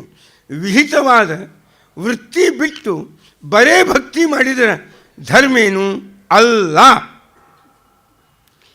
ನಮ್ಮ ಕಾಯಕದ ಜೋಡಿ ನಮ್ಮ ಧರ್ಮ ಭಕ್ತಿ ಇರಬೇಕು. ಪ್ರಧಾನವಾದ ಕರ್ತವ್ಯವನ್ನು ಬಿಟ್ಟು ನಾನೇನೋ ದೇವರು ಧರ್ಮ ಮಾಡ್ತೀನಿ ಅಂದರೆ, ಹೌದು ಮಹಿಳಾ ಮಂಡಳ ಕಲ್ಯಾಣ ಮಾಡಬೇಕು ಅಂದರೆ ಹರೇ ಶ್ರೀನಿವಾಸ ಅಂತೆಲ್ಲ ಅನ್ಕೊತ ಹೋಗ್ಬೇಕು, ಖರೇ ಇದೆ, ಇಲ್ಲಂತ ನಾನು ಅನ್ನೋದಿಲ್ಲ. ಮನೆಯಾಗ ಗಂಡ ಮಕ್ಕಳು ಉಪವಾಸ ಕೂಡಿಸಿ ಎಲ್ಲೋ ಹರೇ ಶ್ರೀನಿವಾಸ ಅಂತ ಹೊರಗೆ ಹೋಗ್ತೀನಿ ಕಂಪ್ನಿ ಹಿಡ್ಕೊಂಡು, ಇದಲ್ಲ. ಯಾವ ಹರೇ ಶ್ರೀನಿವಾಸನೂ ಪ್ರಸನ್ನ ಆಗೋದಿಲ್ಲ, ಯಾರೂ ಪ್ರಸನ್ನ ಆಗೋದಿಲ್ಲ. ಇದು ಅಲ್ಲೇ ಅಲ್ಲ. ಅದಕ್ಕೆ ಕ್ರಿಯಾ ಎಂಬುದು ಒಂದು ಕ್ರಿಯಾಶೀಲತೆ ಎಂಬುದು ಇರಬೇಕು ಮನುಷ್ಯನಿಗೆ. ಅಂದರೆ ಉಪಾಯ ಎಂಬುದು ಹೊಳಿತಾವ, ಉಪಾಯ ಎಂಬುದು ಸಿಗ್ತಾವ. ಅದಕ್ಕೆ ಕ್ರಿಯಾ ಎಂಬುದು ಧಾರ್ಮಿಕನಲ್ಲಿ ಇರಬೇಕಾದ್ರೆ ಕ್ರಿಯಾ ಎಂಬ ಹೆಂಡತಿಯಲ್ಲಿ ಕ್ರಿಯಾ ಇದ್ದರೆ ಅಲ್ಲಿ ಯೋಗ ಎಂಬುವ ಮಗ ಹುಡ್ತಾನೆ. ಉನ್ನತಿ ಅಂತ ಒಬ್ಬ ಹೆಂಡತಿ ಧಾರ್ಮಿಕನಿಗೆ. ಧಾರ್ಮಿಕರಿಗೆ ಉನ್ನತಿ ಆಗೇ ಆಗ್ತದೆ, ಇಲ್ಲ ಅಂತಾನಲ್ಲ. ಯಾಕಂದರೆ ಉನ್ನತಿ ಯಾವುದರಿಂದ ಆಗ್ತದೆ ಅದಕ್ಕೆ ಧರ್ಮ ಅಂತ ಕರೀತಾರೆ. ವೇದವ್ಯಾಸದೇವರ ಮಾತು, ಪ್ರಭವಾರ್ಥಾಯ ಭೂತಾನಾಂ ಧರ್ಮ ಪ್ರವಚನಂ ಕೃತಂ ಯತ್ಸ್ಯಾತ್ ಪ್ರಭವ ಸಂಯುಕ್ತ. ಅದಕ್ಕೆ ಮನುಷ್ಯನಿಗೆ ಪ್ರಭವ, ಉನ್ನತಿ, ಅಭಿವೃದ್ಧಿ ಯಾವುದರಿಂದ ಮತ್ತು ಮನುಷ್ಯನಿಗೆ ಎರಡೂ ಲಾಭದ, ಭೌತಿಕವಾದ ಆಧ್ಯಾತ್ಮಿಕವಾದ ಎರಡೂ ಪ್ರಯೋಜನ ಆಗ್ತಾವೆ, ಅದು ನಿಜವಾದ ಧರ್ಮ. ಧಾರ್ಮಿಕನಲ್ಲಿ ಮತ್ತು ಉನ್ನತಿ ಆಗೇ ಆಗ್ತದೆ. ಉನ್ನತಿ ಎಂಬ ಹೆಂಡತಿಯಲ್ಲಿ ಉನ್ನತಿ ಬಹಳ ಆದರೆ ಧಾರ್ಮಿಕನಲ್ಲಿ ಒಬ್ಬ ಮಗ ಹುಡ್ತಾನೆ. ಎಲ್ಲರಿಗೂ ಯಾರ್ಯಾರಲ್ಲಿ ಈ 13 ಗುಣ ಅವರೆಲ್ಲ ಧಾರ್ಮಿಕರು. ಧಾರ್ಮಿಕರಲ್ಲಿ ಇರಬೇಕಾದ 13 ಗುಣ, ಅವರೇ 13 ಮಡದಿಯರು. ಅದರಿಂದ ಯಾವ್ಯಾವ ಗುಣ ಇಟ್ಕೊಂಡ್ರೆ ಧಾರ್ಮಿಕನಲ್ಲಿ ಏನೇನು ಪ್ರಯೋಜನ ಆಗ್ತದೆ. ಉನ್ನತಿಯೊಳಗೆ ಒಬ್ಬ ಮಗ ಹುಡ್ತಾನೆ. ಅವ ಯಾರು? ನಮಗೆಲ್ಲ ಹುಟ್ಟಿದ ಮಗ ದರ್ಪ ಅಂತ. ಧರ್ಮನೊಳಗೆ ಉನ್ನತಿ ದರ್ಪಂ. ಬುದ್ಧಿ ಅಂತ ಒಬ್ಬ ಮಗ, ಬುದ್ಧಿ ಎಂಬ ಹೆಂಡತಿ. ಧಾರ್ಮಿಕನಲ್ಲಿ ಬುದ್ಧಿವಂತಿಕೆ ಇರಬೇಕು. ಬುದ್ಧಿ ಇದ್ದರೆ ಅರ್ಥಂ ಅಸೂಯತ ಅಂತ. ನಮ್ಮ ಭಾರತೀಯ ದೃಷ್ಟಿ ಸಂಪತ್ತು ಬೇಡೋದಲ್ಲ, ತಲೆ ಬೇಡೋದು. ತಲೆ ಅಂದರೆ ಈ ತಲೆ ಅಲ್ಲ, ಬುದ್ಧಿ ಬೇಡೋದು. ಅಂತೆ ಭಾರತೀಯರಿಗೆ ಹಾಕಿಕೊಟ್ಟ ಒಂದು ಜೀವನದ ಕ್ರಮದೊಳಗೆ ಧಿಯೋ ಯೋನ ಪ್ರಚೋದಯ. ಒಳ್ಳೆ ಧಿಯ ಬುದ್ಧಿ, ಒಳ್ಳೆ ಬುದ್ಧಿ ಬೇಡಬೇಕು ನಾವು ದೇವರೊಳಗೆ. ಒಳ್ಳೆ ಬುದ್ಧಿ ಬೇಕು. ಬುದ್ಧಿ ಏನಾಗ್ತದೆ? ಅರ್ಥಂ ಅಸೂಯತ. ಅರ್ಥಂ ಅಸೂಯತ.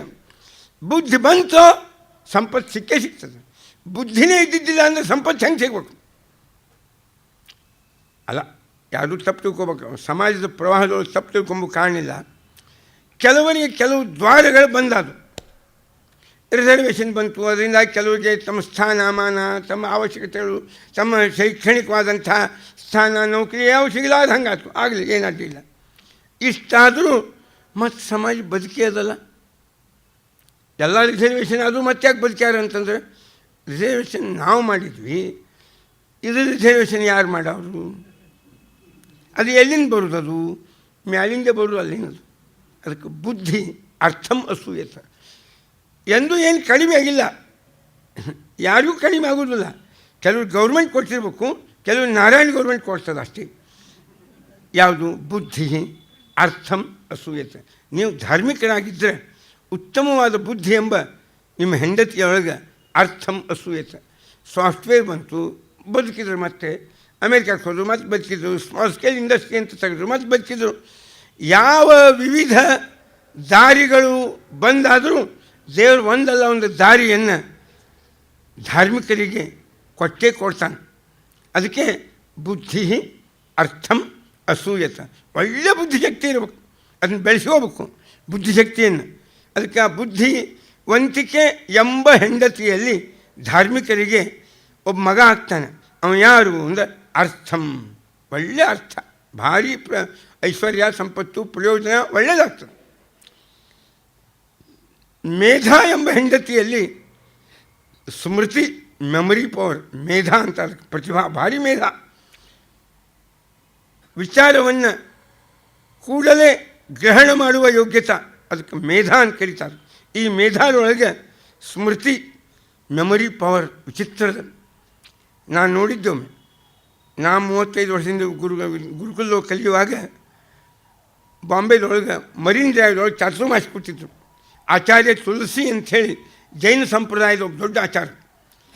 ಅವರು ಈ ಶತಾವಧಾನಿ ಅಂತ ಕಾಣ್ತೀವಲ್ಲ, ಅವನು ಸಹಸ್ರಾವಧಾನಿ ಇದ್ದ.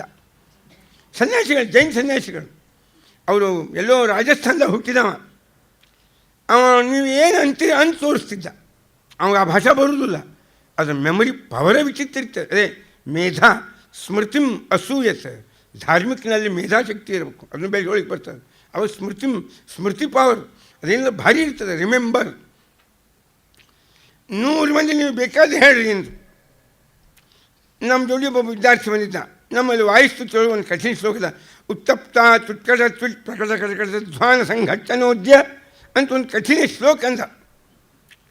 ಹೀಗೆಲ್ಲ 100 ಮಂದಿ ಎಲ್ಲ ಯಾರ್ಯಾರು ತಮಿಳು, ತೆಲುಗು, ಕನ್ನಡ, ಸಂಸ್ಕೃತ ನಿಂತಿದ್ದ ಕಠಿಣ ಶ್ಲೋಕ ಯಾರ್ಯಾರು ಏನೇನು ಹೇಳಿ ಎಲ್ಲ ಕೇಳಿದಾವ. ಒಂದು 35-40 ವರ್ಷದ ಸನ್ಯಾಸಿ, ಜೈನ ಸನ್ಯಾಸಿ.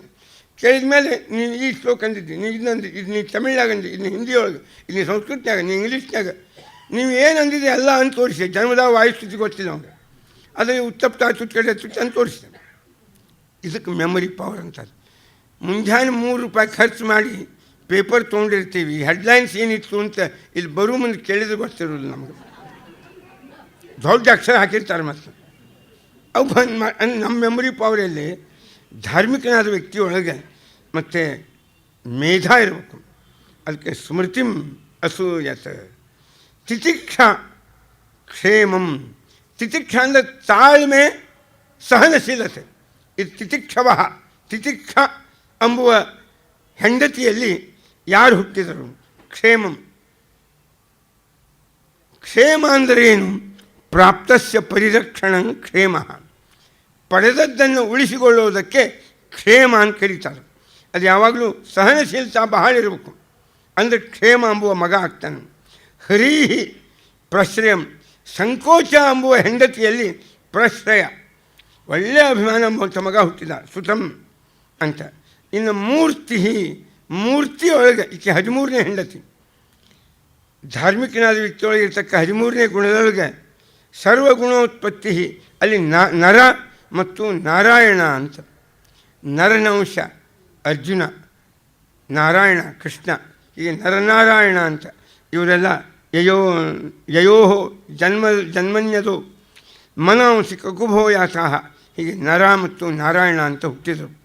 ಇವರು ಪ್ರಸೂತಿಯ ಅಂದರೆ ಈ ಸಂಸಾರದೊಳಗೆ ಹುಟ್ಟಿ ಬಂದ ಪ್ರತಿಯೊಬ್ಬ ಜೀವರು ಧಾರ್ಮಿಕರಾದರೆ ಅವರ ಈ 13 ಜನ ಗುಣಗಳನ್ನು ಅಳವಡಿಸಿಕೊಂಡಿದ್ದರೆ ಅವರಿಗೆ ಆಗುವ ಸಂತಾನ ಅಂದರೂ ಒಂದೇ, ಅವರಿಗೆ ಆಗುವ ಲಾಭ ಅಂದರೂ ಒಂದೇ. ಅವು ಗುಣಕ್ಕೂ ಈ ಹೆಸರವ, ಈ ಸಂತಾನಕ್ಕೂ ಈ ಹೆಸರವ. ಹೀಗೆ ನರ ಮತ್ತು ನಾರಾಯಣ ಅಂತ ಈ 13 ಜನ ಪ್ರಸೂತಿಯ ಮಕ್ಕಳು. ಇನ್ನು 14ನೇವಳು ಸ್ವಾಹ. ಅವಳನ್ನು ಮತ್ತು ಅಗ್ನಿದೇವರಿಗೆ ಮದುವೆ ಮಾಡಿಕೊಟ್ರು. ಅವಳಿಗೆ ಅಸಾಧ್ಯ ಸಂತಾನದ 16,100 ಮಂದಿ, ಇವರಿಗೆ ಕೃಷ್ಣನ ಮಡದಿಯರು. ಪಿತೃದೇವತೆಗಳಿಗೆ ಕೊಟ್ಟರು, ಅವಳೇ ಸ್ವಧಾ ಅಂತ.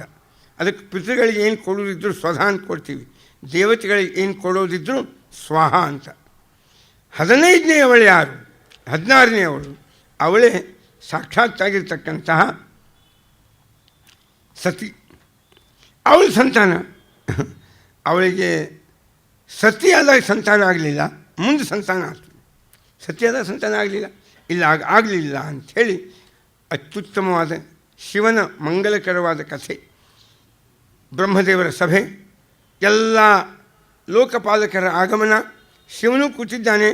ದಕ್ಷ ಪ್ರಜಾಪತಿ ಬಂದ, ವೈಭವದಿಂದ ಆಗಮನ, ಒಳ್ಳೆಯ ಭವ್ಯತೆ, ಜನ ಎದ್ದು ನಿಂತಾರೆ. ಬ್ರಹ್ಮದೇವರು ನಿಂದಿರಲಿಲ್ಲ, ಶಿವ ಒಬ್ಬ ಕಣ್ಣು ಮುಚ್ಕೊಂಡು ಕೂತಿದ್ದ, ಹೇಳಿಲ್ಲ. ಈ ಸಿಟ್ಟಿನಿಂದ ಏನಾಯ್ತು ಜಗತ್ತಿನೊಳಗೆ ಅನ್ನುವ ಹಿನ್ನೆಲೆಯೊಳಗೆ ನಮಸ್ಕಾರ ಎಂಬುವ ನಮ್ಮ ಸಂಸ್ಕೃತಿಯ ಮೂಲ ಉದ್ದೇಶ ಏನದ? ಭಾಗವತ್ ಕೊಡುವ ಉದ್ದೇಶ 1 ಪಾಯಿಂಟು. ಬುದ್ಧಿ ಮನಸ್ಸು ಶಿವ ಶಕ್ತಿ ವಿರುದ್ಧ ಆದರೆ ಏನು ಪರಿಣಾಮ, ಗಂಡ ಹೆಂಡತಿ ಮತಭೇದ ಬಂದರೆ ಏನು ದುಷ್ಪರಿಣಾಮ, ಕೂಡಿ ನಡೆದರೆ ಏನು ಸುಪರಿಣಾಮ. ಬುದ್ಧಿ ಮನಸ್ಸು, ಮನಸ್ತತ್ವ ಶಿವ, ಬುದ್ಧಿತತ್ವ ಪಾರ್ವತಿ. ಶಿವಶಕ್ತಿ ಮತ್ತು ಶಕ್ತಿ, ಶಿವಶಕ್ತಿಯುಕ್ತ ಎರಡು ಕೂಡಿದ್ದಾಗುವ ಪರಿಣಾಮ ಏನು?